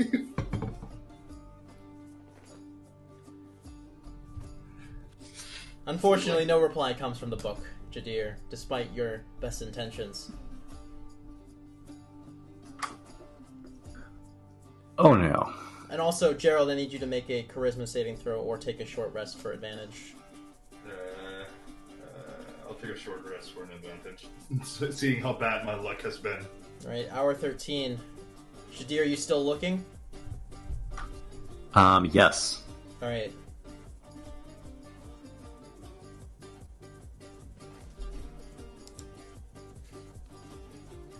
Roll that investigation. And Gerald, roll charisma save with advantage. DC 15. I get a 3 You get a 3 Oh, for now- your charisma. Oh, for investigation. Okay. for investigation. Huh. Oh yeah, he doesn't have to do it. Yeah, he just did. I got a 20. No, I rolled twice before. You got a what? 22. 22. You're good. After a rest, you feel you could possibly manage to continue on unhindered. The pressure of knowing that your time is slowly evaporating from this library, and you need to have everything that you possibly can to have the highest chances of rescuing your beloved succubus. Yeah, it seems like we have gotten most information. Like, I'm like thinking, what information are we lacking in? Because at this point, it seems like this Segur. I don't know the name in front of me. Zagor, the Ashen Blade, the fuck are they? Why do they care? Who the fuck is Plavinguinus? Yeah, I have so many questions. They wouldn't. Linguinus doesn't count as a devil or a fiend, I think. It would be a very strange one. No. He does not. You guys don't know what Plavanguinus is. Yeah, we have no idea. It currently it's Sagar is the connection to both our problems. So I say we just book it on Sagar, like find as much dirt on him as possible. Well, we're on hour 14. Yeah. So like the best thing is just what does Jadir say? Like, does he want to try to looking for Sagar, or should we switch our priorities? No, keep on it. Yeah. Okay. Then I guess we're both going to be rolling investigation on for Sagar again. Alright, hour 14. Oh Man, my imagine god. studying for 14 hours. Well, I've been taking. Well, Yeah. Jadir has been taking naps. You guys are I get another 3. I get a 5. Sean would be proud. Why is my luck so bad today? This would be a time for some bacon blossoms. Too bad the tavern is dead. That All right. really is a bummer. Yeah, it is a Dude, bummer. Sean's gonna warp in, and he's gonna be like, what the fuck? What happened to this? How will I graduate now? Well, he finished his senior thesis. Remember? He just got his degree. That's true. Fuck. You know what? If these Assuming characters he passed. I mean, he did write his entire senior thesis in 3 days. If this character dies, I'm But fucking making he, a next time. He seemed to be capable. Yeah. I have faith in him. All right. He taught me much. Are we going for the 15th hour, or are we gonna leave? Yes. Yeah. Jadir is going to crawl out of this fucking place. Oh, we're leaving, or are we investigating? No, I'm not. I'm gonna have to be removed from the premises. He's talking about his mental state. Yes. Yeah. Wait, did it? Okay. What's your Oh my- 15th hour of investigation? I am happy. Natural 20. Oh! 21. I get a 4. Well, you Well, this is continue the with roller coaster. having absolutely zero rest the entire time. You just feel on the brink of collapse as you feel your ability to sift through documents is just so much worse than you were. You were all pumped to learn when you got here, and now you just want to kill yourself. But while this is all happening, you having this internal monologue about suffering and suicide, Gerald exclaims that he has something. You have found that Zagur is the... You find that, of course, he is the military planner of the Ashen Blade, or a military planner, serving Archdukes Fierna and Belial. And he lives in the Crimson Palace, which is located in Briamok. Could you give us that? I will write that in the handouts. It's such of a roller coaster of emotion for Gerald. It's like, I'm doing poorly, amazing, poorly, amazing, poorly. Oh God. I feel like this is Gerald's own torture.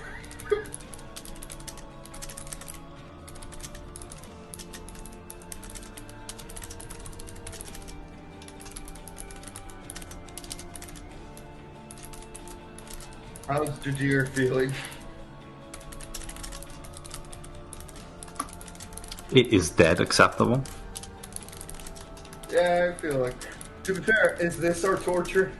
Have we actually just died and this is our torture?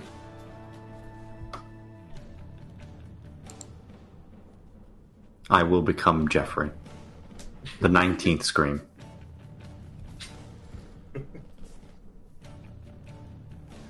Oh my lord.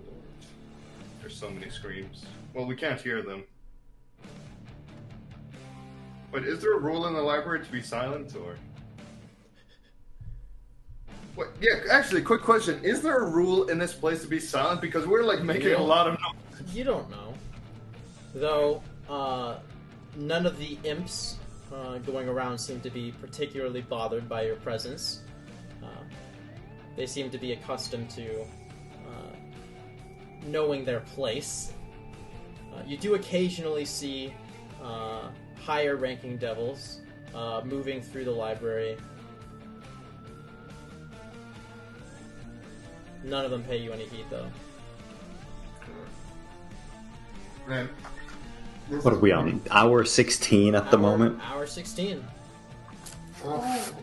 You ever pulled a desperate what are- all-nighter what are to you save your looking life? for now? I'm just remembering now how much of a leverage you have on devils if you're a wizard. And I'm like, what? What did you roll? Is this Plavinquinus even a concern anymore? Do I care aside from curiosity? Like, what is the Ashen Blade anyway? We could look it up. Well, you have another 8 hours in the library. Okay, what is the Ashen Blade? What are their means? And like, not means, goals. Is this what you are investigating? Yes. What is the Ashen Blade? What are their goals? Are you looking in the Hall of Records, or are you looking elsewhere? Well, do I feel like this would be information that wouldn't be here? I mean, You feel like you could... the Hall of Records has a lot to do with where things are, what people are doing. You're sure that you could find information on the Ashen Blade here if you looked, but you could also probably find information elsewhere. then I want to find out what the Ashen Blade is doing now. Okay. Make that investigation. A 6. What about you, Gerald? Are you also looking, or are you looking for something else?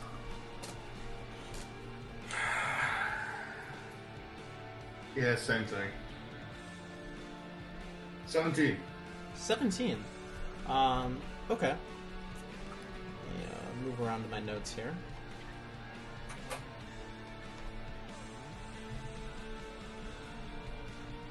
Man, we are going through a fucking roller coaster of emotion. Jadir, though, is being fucking berated and beaten. I don't know what you're talking about. I mean, I've been rolling an average of 8 over 16 rolls. You know. The usual. It's bad, but not obscenely. Okay. For records on what the Ashen Blade is doing right now, on a 17, you find a document summarizing a series, a enormous list of executions done by Narzagons, which when a Narzagon uses its lance to kill a creature, a mortal creature, willing or unwilling, its soul is immediately reborn as a lemur, which is how the Ashen are beginning to rise. Could you put this in the handout? Since I sneezed in the middle of that. So they rise again as Lemirs or Ashen ones? Ashen lemurs. And so Ashen... Lovely. Ashen are just devils of any rank that have been reborn unwillingly. Seemingly, now that you have learned, through these Narzagons.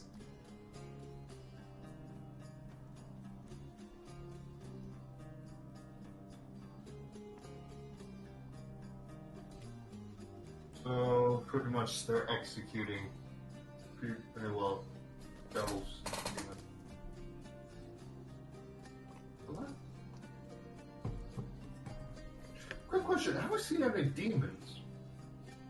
Have you Like seen any outside of- demons? Yeah, like in the city or around anywhere. Like, Definitely not demons in the city. yeah. This is gonna make me think. Like, we've only seen that one demon. But no.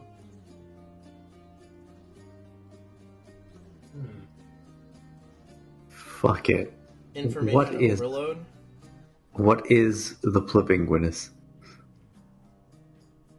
Well, he looks for that. I'm gonna look for what happened to the remaining of the demons. Okay. You're looking for Plavanguinus, Jadir, and you're looking for, on hour 17, Gerald, Yeah, no, I don't find anything. I got a 7. 7, I finally get a 19. 19. Hey! On a 19, Ah. you find absolutely nothing about something called the Plavanguinus. Fuck! Yeah. How many hours do we have left? Way to crush my fucking soul. I'm sorry! How many hours do we have left? You have, so that was hour 17, so you have 18, 19, 20, 21, 22, 23, 24. So you have 7 hours left. 7 hours. And as hour 18 rolls around, you can either take a short rest for advantage or carry on with a regular charisma check. Now the DC No. has increased to 18. We're taking a short rest. Yeah. Alright, hour 19 begins. Make your charisma saves with advantage. You said 18? DC 18. Man, and I I, just I failed. got a 19 vanilla, 23 with advantage. Very nice. I failed. All right, Gerald, you now have a -1 to investigation checks until you fair. take a long rest. That's fair.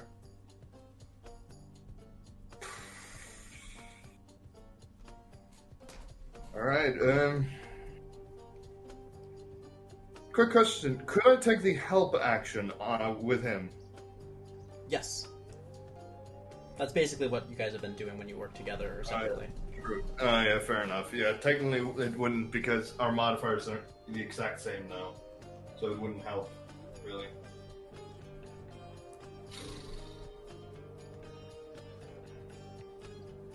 The defeat on the faces of my players right now, the absolute, the boredom is in line with what your characters would be feeling. If you feel free to exit your infinite lore dump whenever you want, if you... No, this is fine. I have no problems against this. I am more of like a devastated by my series of terrible rolls. Yeah, and I'm more like, Jesus, we're doing so badly. You guys have learned a lot. No, we have. We could have learned more. That's Could have. If only you guys had an education. I know, right? That's literally what Gerald was saying. I wish I had an education.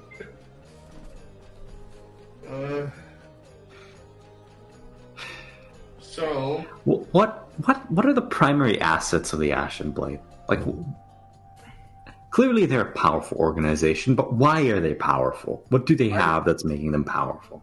I know what I'm gonna do, by the way, for the rest of the hours, since we're definitely gonna be here for a longer period of time. I'm actually gonna go and look for something else, Okay. and I don't think it's in the Hall of Records. Okay.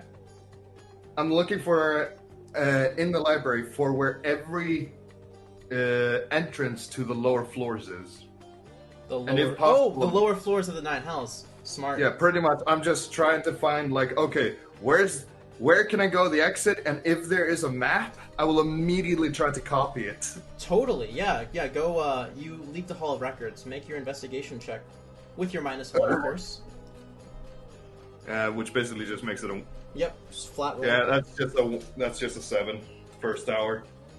Unfortunately, on that first hour, you don't find anything. What about you, Jadir? What's your investigation? I get an 18 on the Ashen. Nice. Okay. So the Ashen Blade, finally finding some documents pertaining to what you're looking for.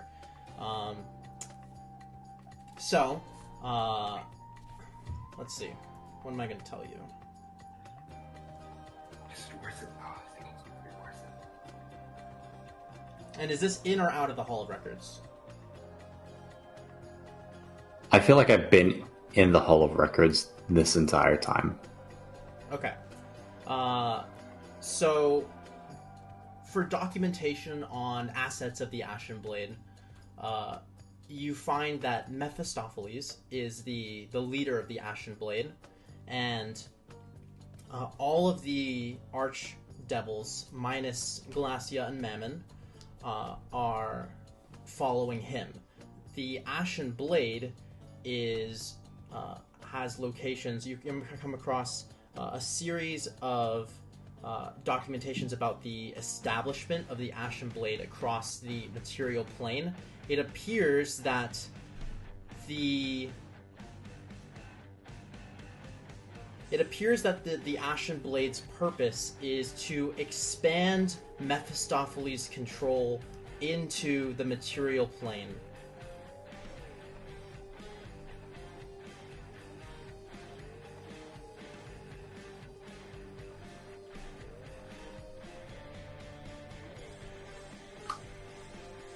Do we know where Asmodeus is?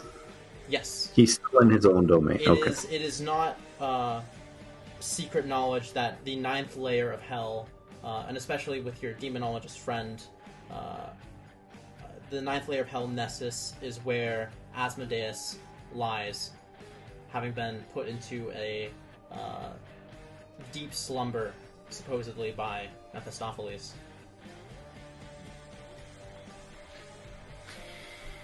We're on to the next hour, right? Yep. Hour I 20. I want to run back.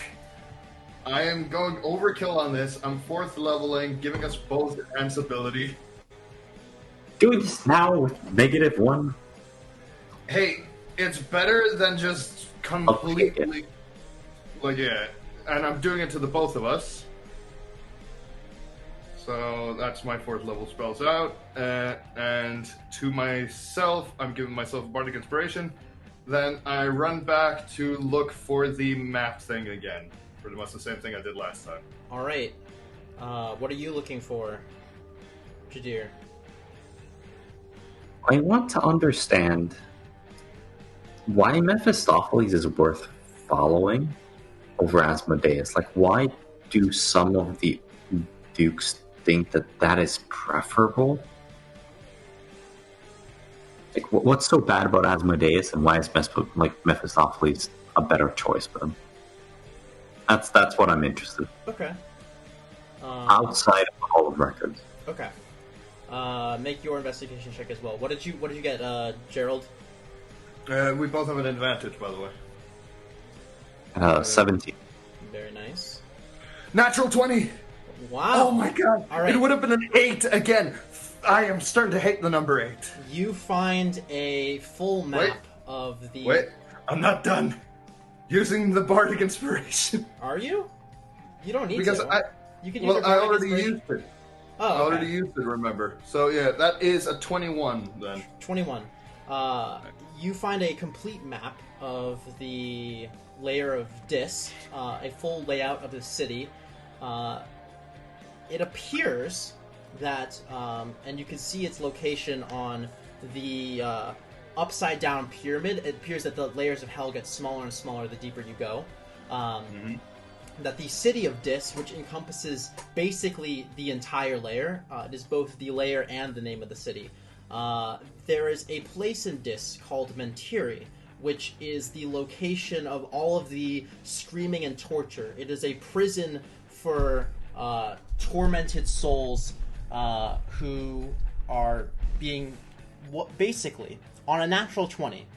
You find, so in Mentiri, unwilling souls are tortured to such an insane degree that they become evil and insane and are broken. And from there, they are killed by the Narzagons, executed, also in Mentiri, and are reincarnated as Lemirs. So in the very depths of Mentiri, what they do with tortured souls who do not break, on the rare occasions, there is a pit in Mentiri where those too resilient to be broken are thrown down into the layer below, Minoris, and impaled on spikes in a city known as the Jangling Heiter, which is suspended by chains on the bottom of the layer of Dis, and into Minoris, which is the third layer. So I only find the mapping of that area. You don't find a map of Minoris, since you were looking for something relating to a map of Dis and the way to get into Minoris. One could either teleport to Minoris or find a way down through that chamber hole. So Minoris is basically where they torture people, right? No, here. Okay. Mentiri, I'll put this in chat. In Mentiri... Okay. Give me a second to write this up. Mentiri is the torture jail place in Dis, where all the screaming and shit comes from. All the screaming and shit. Jessica, Steve, etc. There is a pit in Mentiri that they throw souls too resilient to break and to give into evil.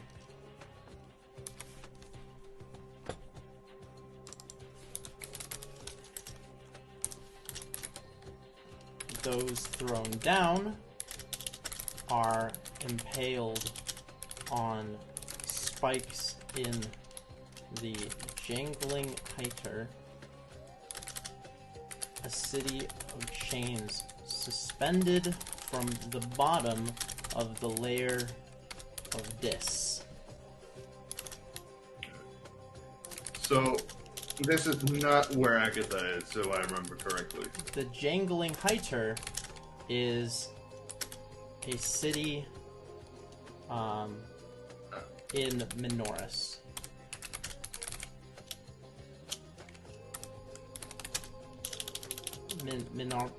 God, I don't know how to spell Minoris. Please forgive me. Just type it as it is. I couldn't spell it either, so. But David, yeah, I demand perfection. But yeah, so David, Special checklist, please. where Agatha is, that is not where Agatha is, if I'm correct, right? Yes.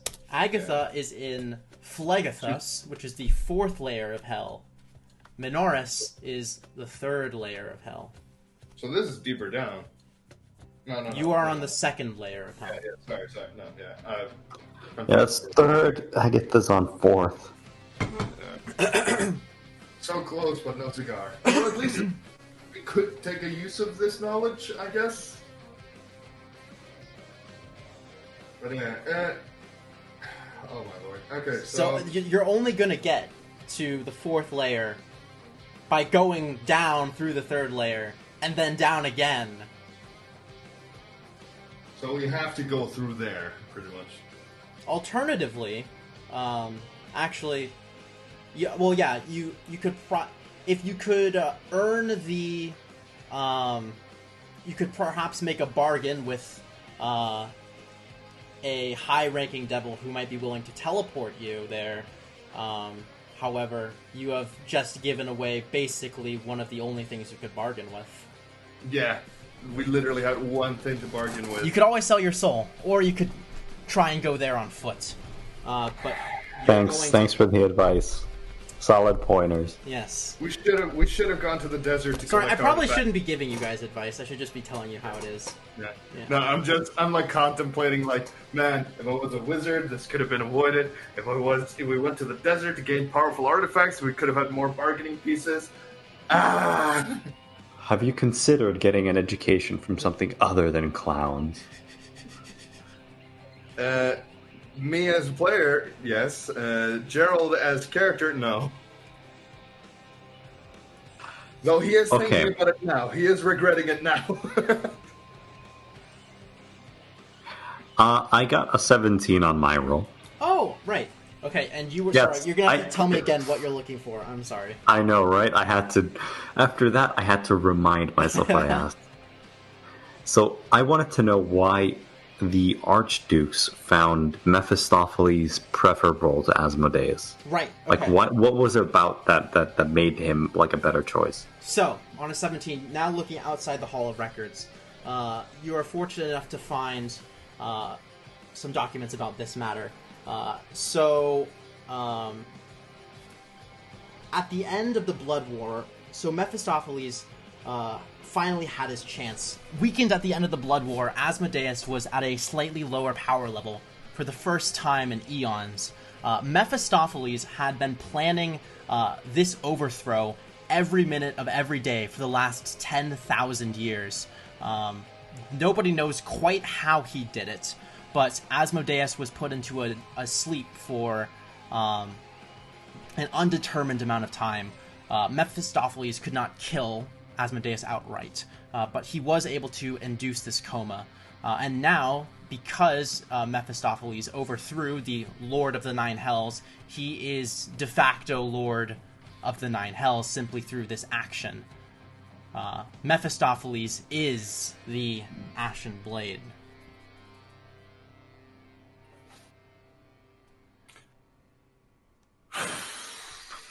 So he is preferable simply because he is the de facto leader. So if Asmodeus were to return, he would automatically surpass Mephistopheles, or would he have to contend for his position back. Yes, so if Asmodeus was to awaken, he would have to contend for that position once again. But if the two archdevils were at their original power, it is no contest that Asmodeus would reclaim his throne.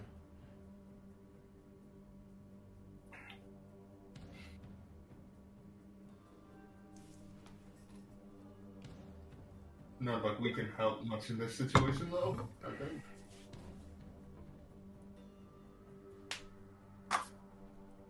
That was hour 19. That was hour 20. That was hour 20? Yeah. Fuck. That was right, we took a short rest. Oh, I took a short rest. Ugh. Not like we can have the benefit of Asmodeus at all. Like, it's already hard enough to get to the 9th lair. God forbid trying to save an ancient creature from even another ancient creature, so that's, like, not helpful at all, to be fair. I want to find information about Gishrath. Okay. Specifically what he's engaged with recently. Inside or outside the Hall of Records? Inside. Okay. Actually, I know now that I have semi-location of where to go, I have an idea of what I want to look up for, and it's something I haven't been thinking about at all.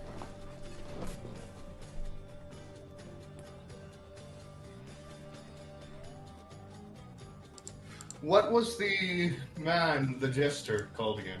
Jester Tagal? Yeah, Jester Tikal. I need to write that down. Yeah, probably. I just I'll just type it like it sounds like the goal.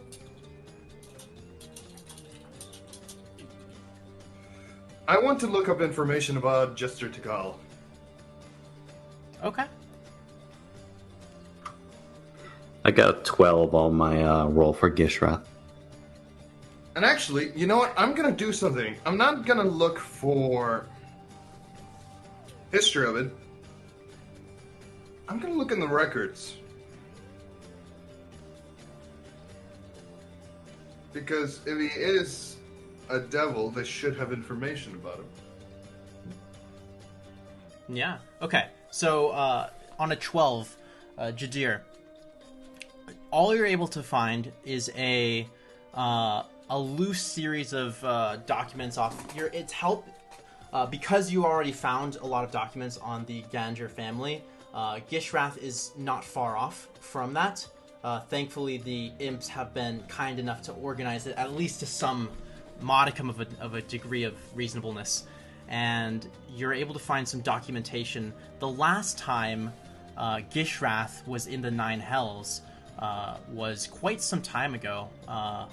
Over 80 years ago was his last visit in the Nine Hells, and you can see that there was a regular presence. Gishrath was in the Nine Hells quite regularly with his family 80 years ago, but since has never returned.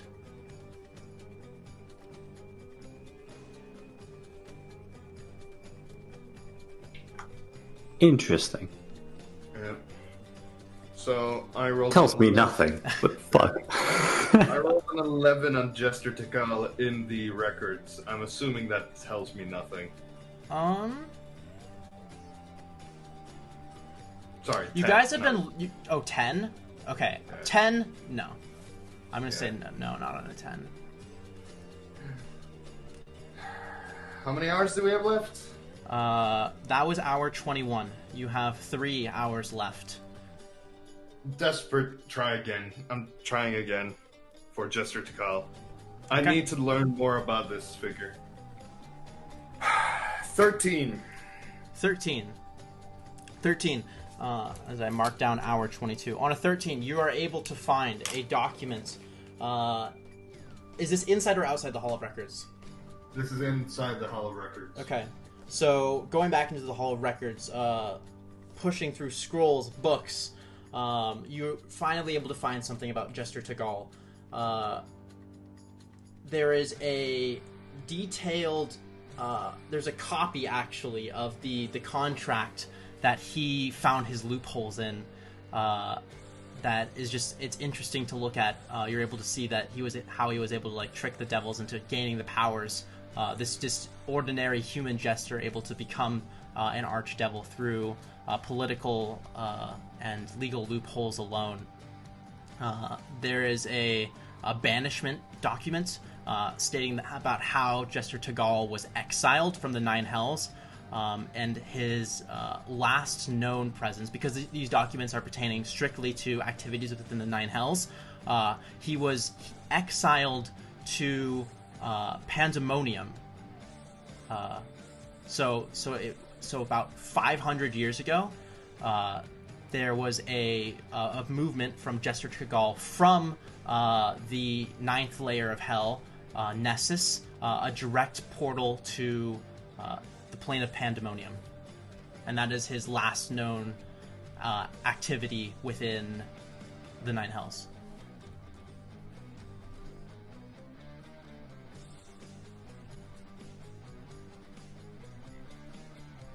So he's stuck in the Pandemonium. Is that... Nobody knows where he's right now. A lot could have happened in 500 years. Tagal has been like that thing itching on the back of my head, something I've been wanting to learn about, but have never given myself time to try to figure out.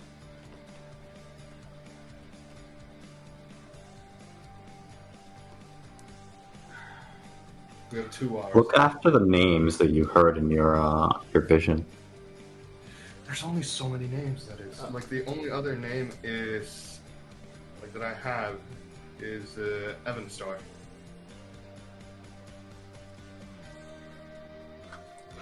What are Well, you? you have Lauren and Ikazor.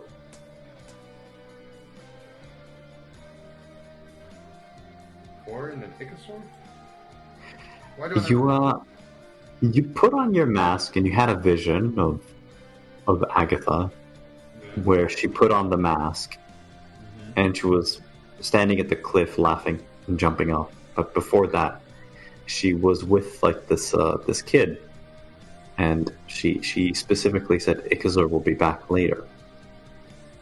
I don't know what those names are. I don't know if they ring a bell to you. I was too focused on Evanstar. Goddamn. He was too busy focusing on the plot. Fuck off. Alright. Ikasor. Dude, What are you doing with your 22nd hour, Jadir?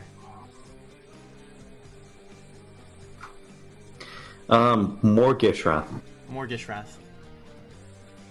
Hall of Records are outside. Outside. Okay. I got a 7. Ah, that's too bad. Hour 23. What are you guys doing?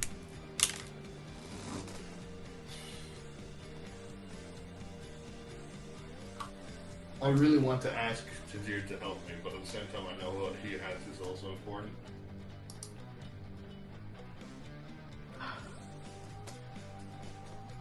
No, he wouldn't.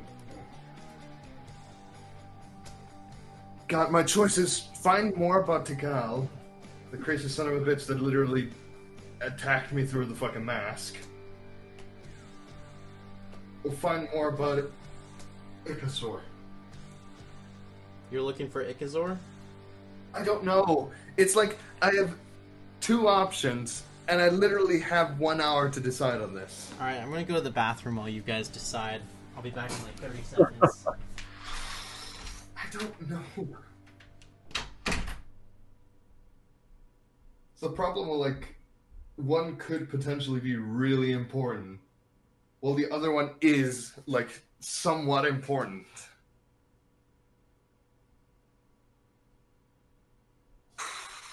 What are you gonna look for? What is Jadir gonna look for? I have no idea. You're like in a similar mess as I am, just like, what the fuck do I look for?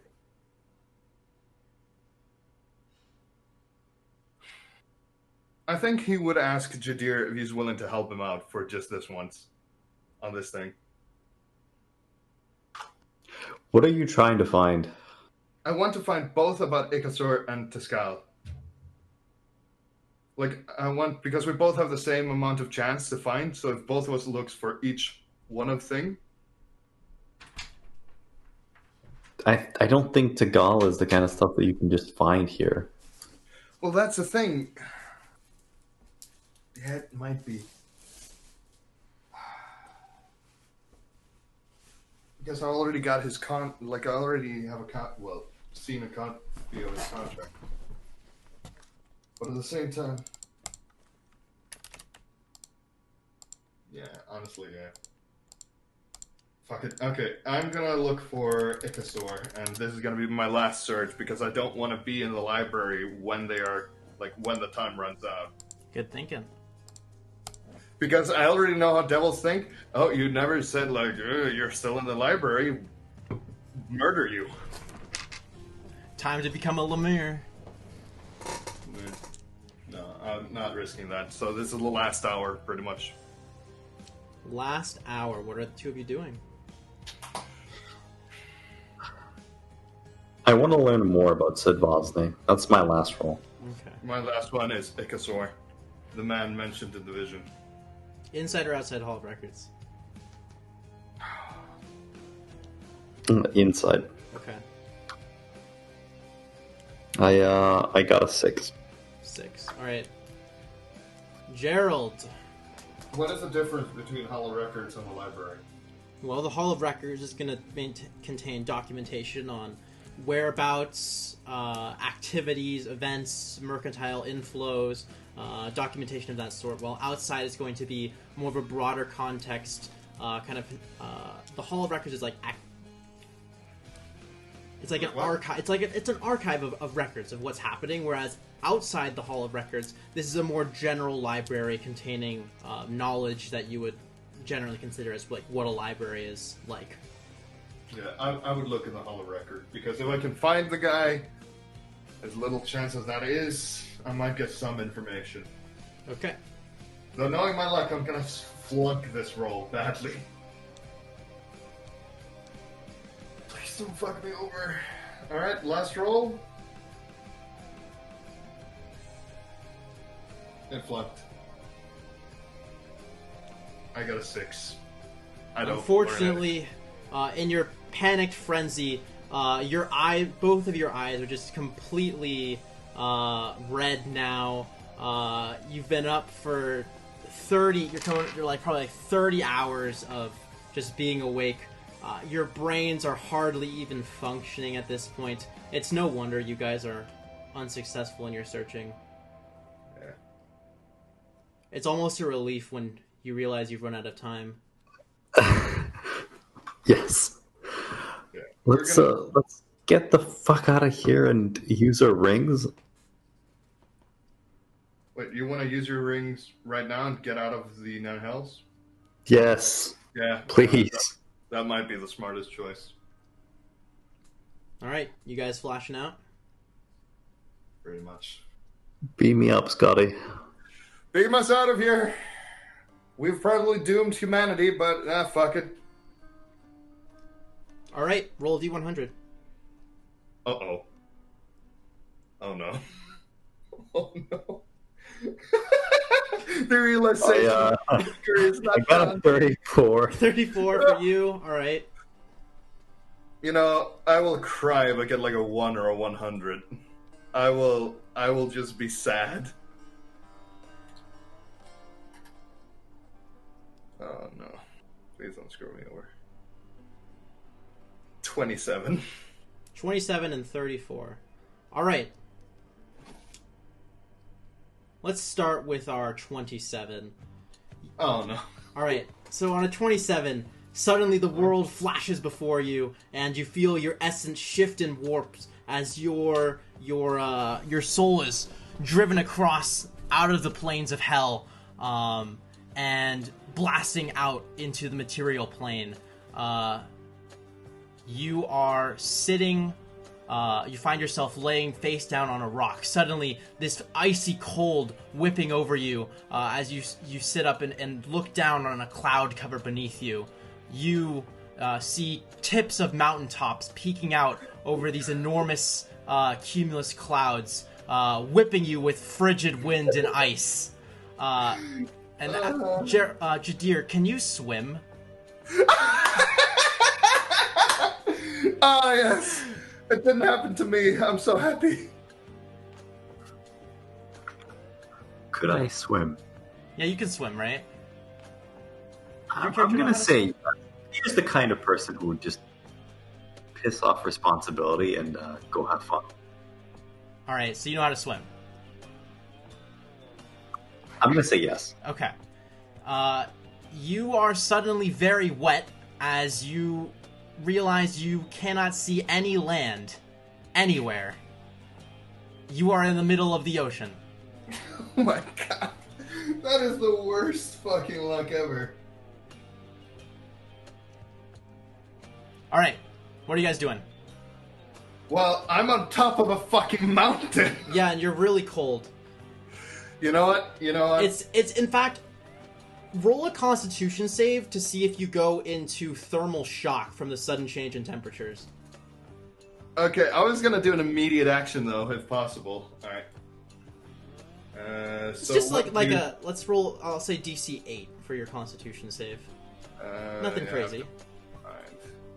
Yes, my natural 20. Nice. You successfully avoid going into shock. All right. I'm immediately gonna ritual cast Tiny Hut. Okay. That takes 10 minutes. Yes.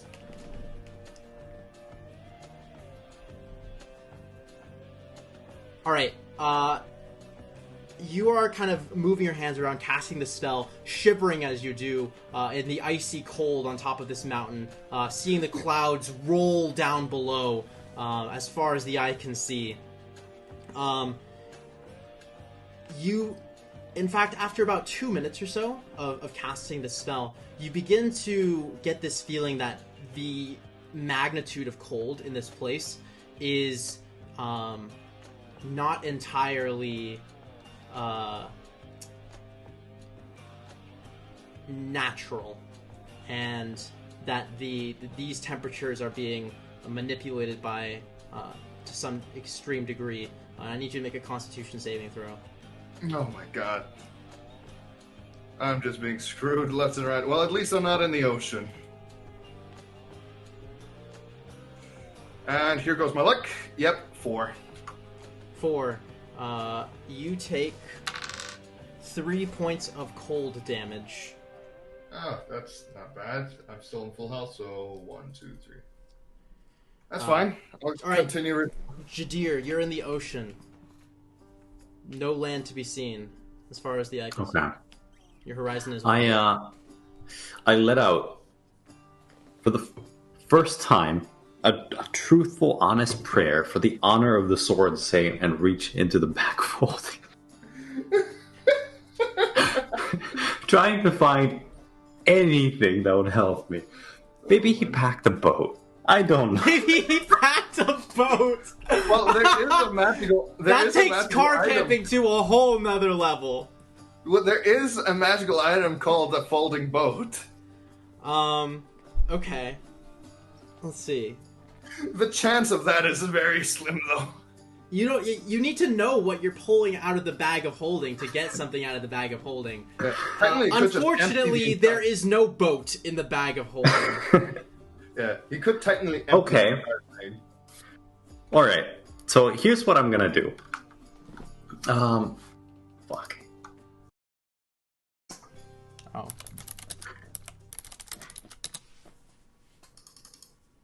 Okay.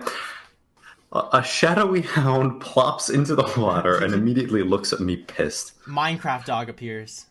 Yes. I'm going to ask the doggy to hold on to the bag of holding when I dive inside of it. Okay. Doggy is kind of dog paddling with the bag of holding in one of the edges of the bag of the holding is in his mouth. suspended just barely above the surface as he has like his chin pointed up and is just like dog paddling.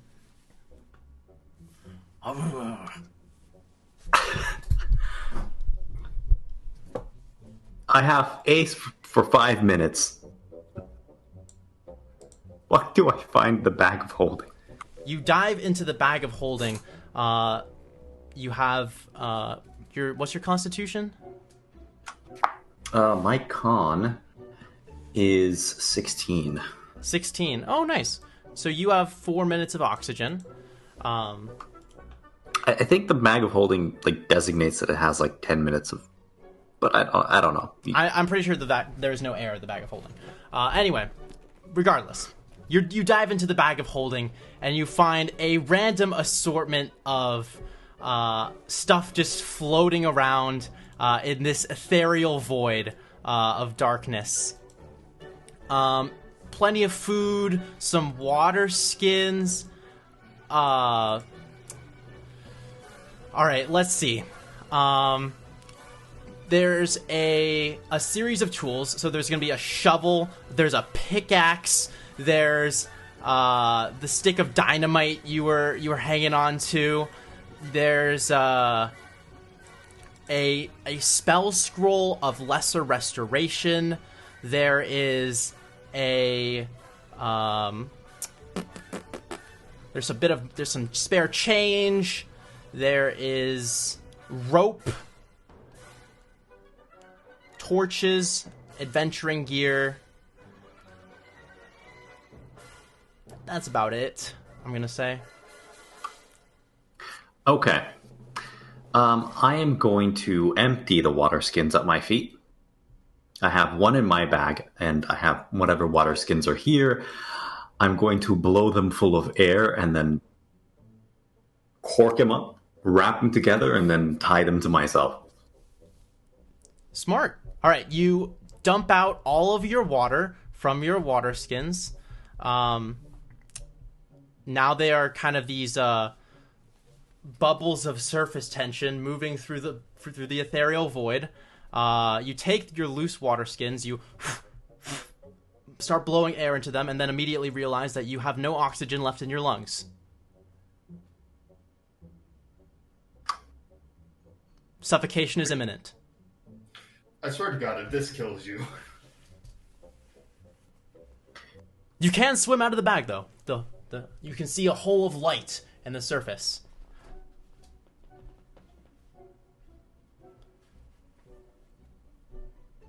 Well, then let me retcon that, since I was under the impression I had oxygen.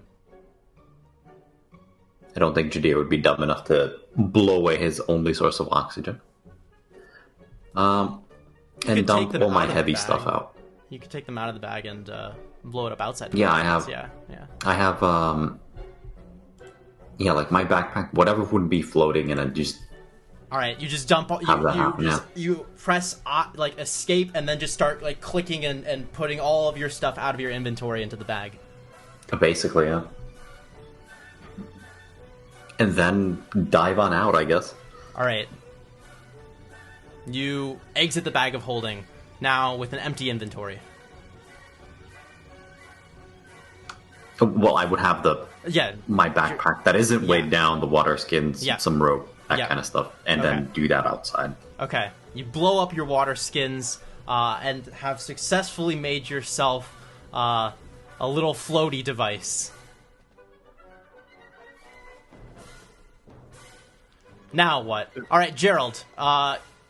2 more minutes pass as you're casting. Make another Constitution save. Ah, lovely. Please don't screw me over. It screwed me over. 5. Yep. You take another 5 points of cold damage as the frost is just biting into you. All right. That's fun. I've not rolled above a 10. Make a perception check. Who? Make a perception Me, check. Yeah, you. All right. Perception. I'm gonna guess this is gonna end up in a natural 1 with my luck right now. Never mind. 18. Wow.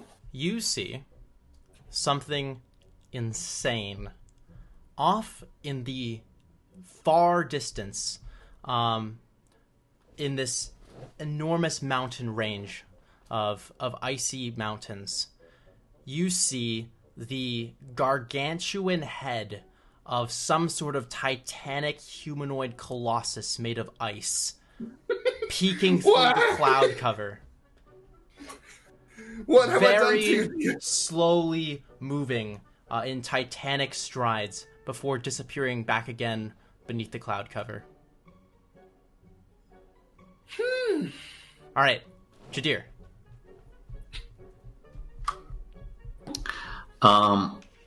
Let's play a game of blow up my stuff, strap him to myself, and 1,001 castings of shape water. I'm going to need you to be a little bit more specific than that. Okay, well, I'm going to make my floaty device, and I mean, I can cast shape water, right? So I can move or change the flow of water as I want around me. So, and that's a cantrip? yeah, it's a cantrip. So I'm All just right, gonna you just float on it.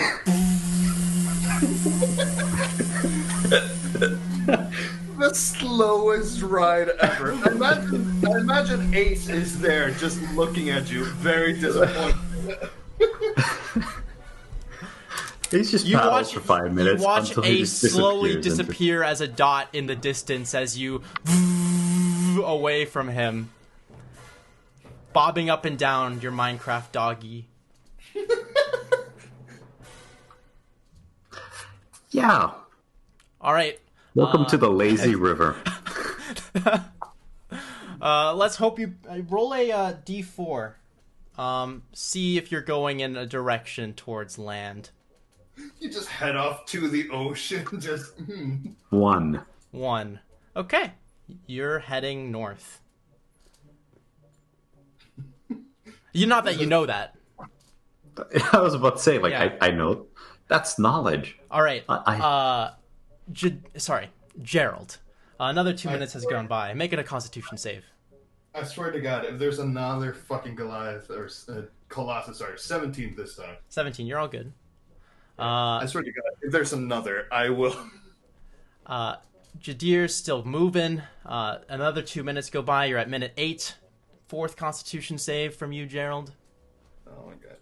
16! 16, you're good. And then at minute 10, you're able to squeeze into your tiny hut, enveloped once again in the warmth at last. What is wrong with our luck? Let's get something that isn't in the Hall of the Mountain King now. Now that things are a little bit more chill. Wait, what? That's what you have. If you turn up the, have you guys? Oh, I guess the volume. You had to turn. I have heard it. Yeah. It's Yeah. It's fantastic. And it's very fitting, but I feel like in this top of mountain, where am I? Colossus. I want to go back to hell. At least I know what I'm getting myself I into. know. Being like thrown into the ocean and in a weird situation, I forgot I had that ability.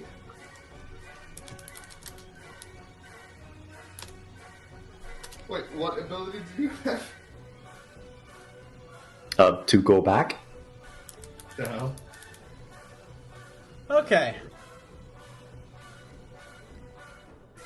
What the fuck is going on? Quick question, is the ring thing gone, or was it a one-way trip? The green thing? The Your ring. Your ring. No, your ring is still there. You can. The deal was that you could have free passage in and out of her domain Oh my via God, the ring. We literally have an in and out ticket to hell. Yeah. So yeah, you're in your tiny hut. Jadir, you're paddling off. How many hours are gonna go by? Yeah. What are you guys just gonna Am I seriously seeing no fucking land around me? The ocean is really big. Okay, Fucking, I'll go back to hell. You'll go back to hell. You know what? I'm gonna take a long rest. Then I'm gonna teleport back to hell and teleport back into the mortal. I'm just gonna pop. All right. Since I guess Jadir, you're going back to hill. Let's grab some screaming again. It's been too long. I imagine he just pops in the 9th realm, like, wrong floor, pops back out. All right. Wait, oh no. Is it specific where we teleport back in hell? Yes, it was her Okay. domain within Dis. So you appear before the bronze incendium in a puff of smoke, drenched in salt water, which is quickly beginning to evaporate from your clothing. You are a steaming, sweaty salt pile and you have a fucking weird belt of puffy water inflatable balloon things with rope tied around them. You really look kind of retarded. This is the worst I've looked all campaign. That's saying something. Oh my lord. And your hair is kind of growing back now, so you have this weird bald stubble that's kind of growing out. No. I can cast Disguise Self. Oh, I have right, you have used it you have specifically infinite disguise self, yeah. to get hair back. Yeah, great. You have your beautiful luscious locks back once again. Yes. Thanks to the blood of Gishrath. Oh my god. Oh, screaming. Where's your companion? Where could he be? I hope he's still alive and didn't teleport into a wall. Jadir thought to himself. Or perhaps I just got really lucky and I teleported into a city and that's why I'm not back. Jadir just like teleported into like someone's tavern room. A bacon blossom, please. Yes, that would have been ideal. Yeah, so... Fuck. Is there any place I can just crawl into a hole and sleep? Like, how do the 9 hells treat vagabonds? There's plenty of alleyways, I guess, that you could try and take a nap in, though. You don't feel particularly safe. Oh god, let's roll the dice again. Are you? Oh, you're teleporting back. You're just gonna spam teleport. Hey, that was my plan as well. I'm just taking a rest since I'm on a mountain. I'm just on the top of a mountain looking through like, where the fuck am I? I'm gonna make some preparations this time and make sure I have reasonable gear. I'm not drenched wet. I have like a spare set of clothes that I had, you know. I'll abuse the shit out of this bag of holding and make sure that I have a new set of clothes. I'm prepped to go. Everything else is floating in the bag. Okay. Wait, quick question. Let's if you go. do the exact same thing as I did, what happens? Uh, On the D100. If he rolled a 27 as well, what would he... Then you where guys would he- go to the same spot. All right, roll a D100.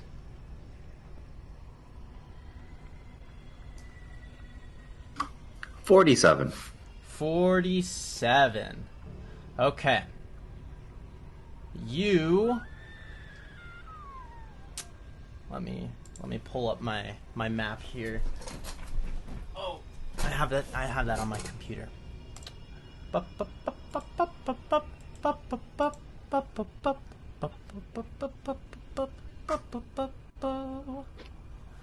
Okay. I'll get rid of this screaming for us here real quick. Go back to Skyrim. This is important. Amazing. What happens... Oh, I'm not going to question it. I mean, I'd be more worried if I TP back and they're still screaming. Okay. You teleport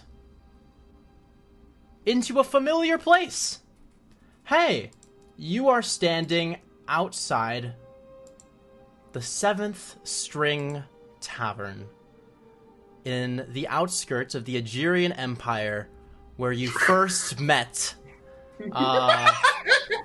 Dan, Gerald the Bard. You know, after seeing that this is probably the worst place to sleep at, yeah, he would have been prepared to go to sleep, but at the same time, it's like. Actually, quick question: how high up am I? You don't know, but you're above giant layers of clouds, so probably pretty high. Okay. Oh my god. You know what? I'm gonna poof back. All right, you're teleporting back. Yeah. All right, I would bother setting up screams, except you're just going to teleport back. So, you want to re-roll your D100? Quick question: do I bump into like a devil that's like passing by? Just poof. Oh, hi, bye. Poof. You teleport right in front of like a devil that you're about to bump into, who looks at you and growls. You say hi and then vanish in another puff of smoke. Okay, so I have to roll a D100, yeah? Mm-hmm. Oh lord, this could end really badly. Alright. 1 D100. Come on. 65. 65. Spot Okay. on the other mountain. You are... Bam! You are also in a familiar setting as you wake up on the ground. There are ferns all around you and tall trees, a vast jungle all around you. Are there any pumas by any chance? You don't see any pumas, but you do see, as you sit up, your head poking through the small canopy of ferns on the bottom of the jungle floor, a familiar looking red bulbed flower with a large opening on the top with kind of like a thing that hangs over, like a bit of a Venus flytrap looking mouth. I immediately nope out. You're going back to the Nine Hells. I nope the fuck out. All right, you teleport back to the Nine Hells. The scar tissue on your ring finger is beginning to get uncomfortably hot. Okay, so this is pretty much the last teleportation. Let's hope it's not somewhere where it's extremely dangerous. Fuck out, roll again. Oh no! 26. Unfortunately, you are also in the ocean. Except this time, you can see, so to one half of your horizon, endless water. To the other half of your horizon is a sheet of white. Oh my god. Do I have anything to help me in this situation? You can see a faint gray, what might be a tower on the sheets of ice. Fuck it. Okay, I'm gonna have to swim on the horizon. Yeah, actually, you're looking at about a probably a 10-mile swim from here. 10 miles. 10 miles.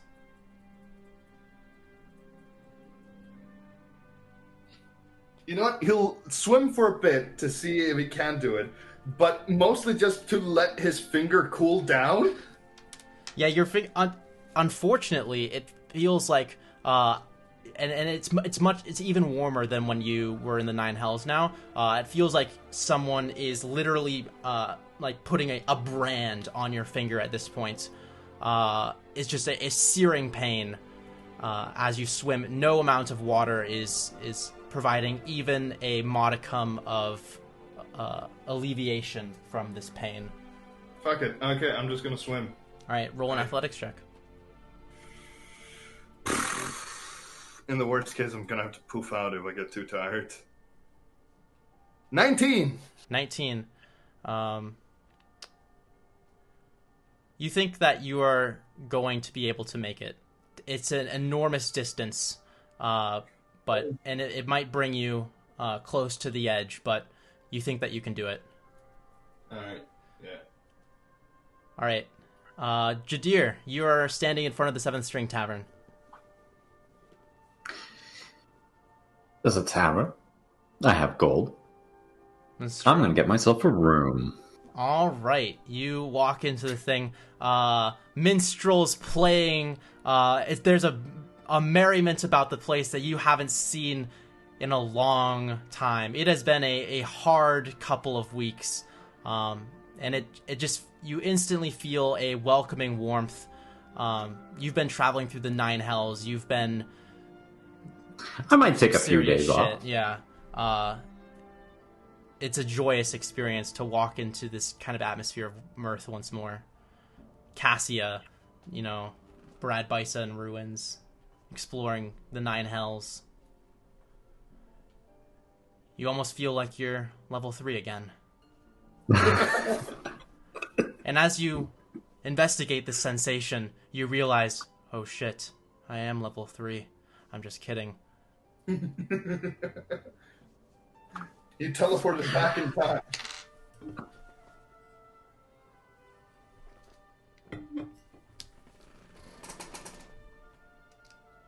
All right. Good God. So I'm probably somewhere way the fuck to the north.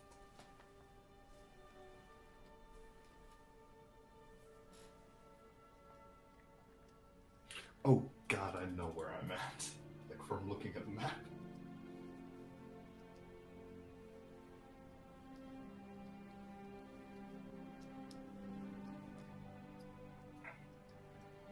All right.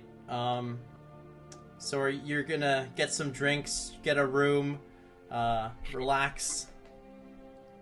Yeah, I mean that's exactly what I'm planning on doing. I'm not sure how much is gonna roll me, but like this is today, tomorrow we'll find tailors, Ooh, nice. Yeah, you can get your clothes fixed. You can, get a room, relax in a warm bed, have some drinks.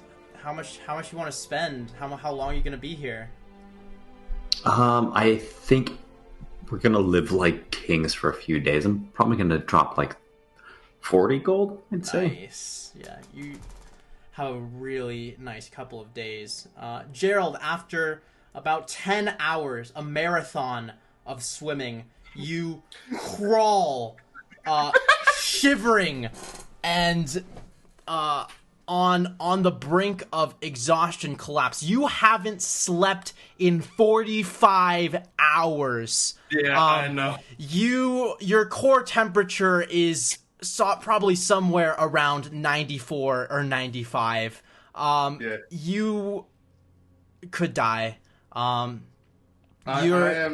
You're probably at like 2 levels of exhaustion at this point. I'm just gonna crawl my ass to what seems to be stable land, do a tiny hut, and just miserably fall asleep. All right, you crawl onto the icy shores of what looks to be an island covered in glowing blue crystals. There, you see this citadel on a large hill up on the horizon, probably like 200 feet tall, made of stone. You immediately cast Tiny Hut. Is this ritual cast? I have to. I'm literally out of spells. All right. Yeah. 10 minutes. You're on 2 levels of exhaustion. You're shivering. It's a struggle to even take your hands through the motions of casting the spell because you're so cold. Your teeth chattering. You finally just collapse, having completed the spell, to your knees into the tiny hut. I have a bedroll. I'm using that. Barely even able to take out your bedroll. Your hands still shaking, despite the warmth around you. This is probably one of the most miserable states you've ever been in your life, if not the worst condition of your entire life. This is absolute misery. Welcome to a David campaign. Yeah. This happens to everybody. You collapse into your bedroll and immediately fade into the darkness of sleep for a very, very long time. And that is where we will end session 22, I think. I feel like... That's a good turn for the weird. How on earth am I? I am so fucking far away. I am literally almost at the other end of where we are. We had most of their adventure. Oh my god. And there's more ocean. Well, holy fuck. The next session is going to be interesting. Do we ever have sessions that go more or less the way you think they will? Like once or twice. It's good.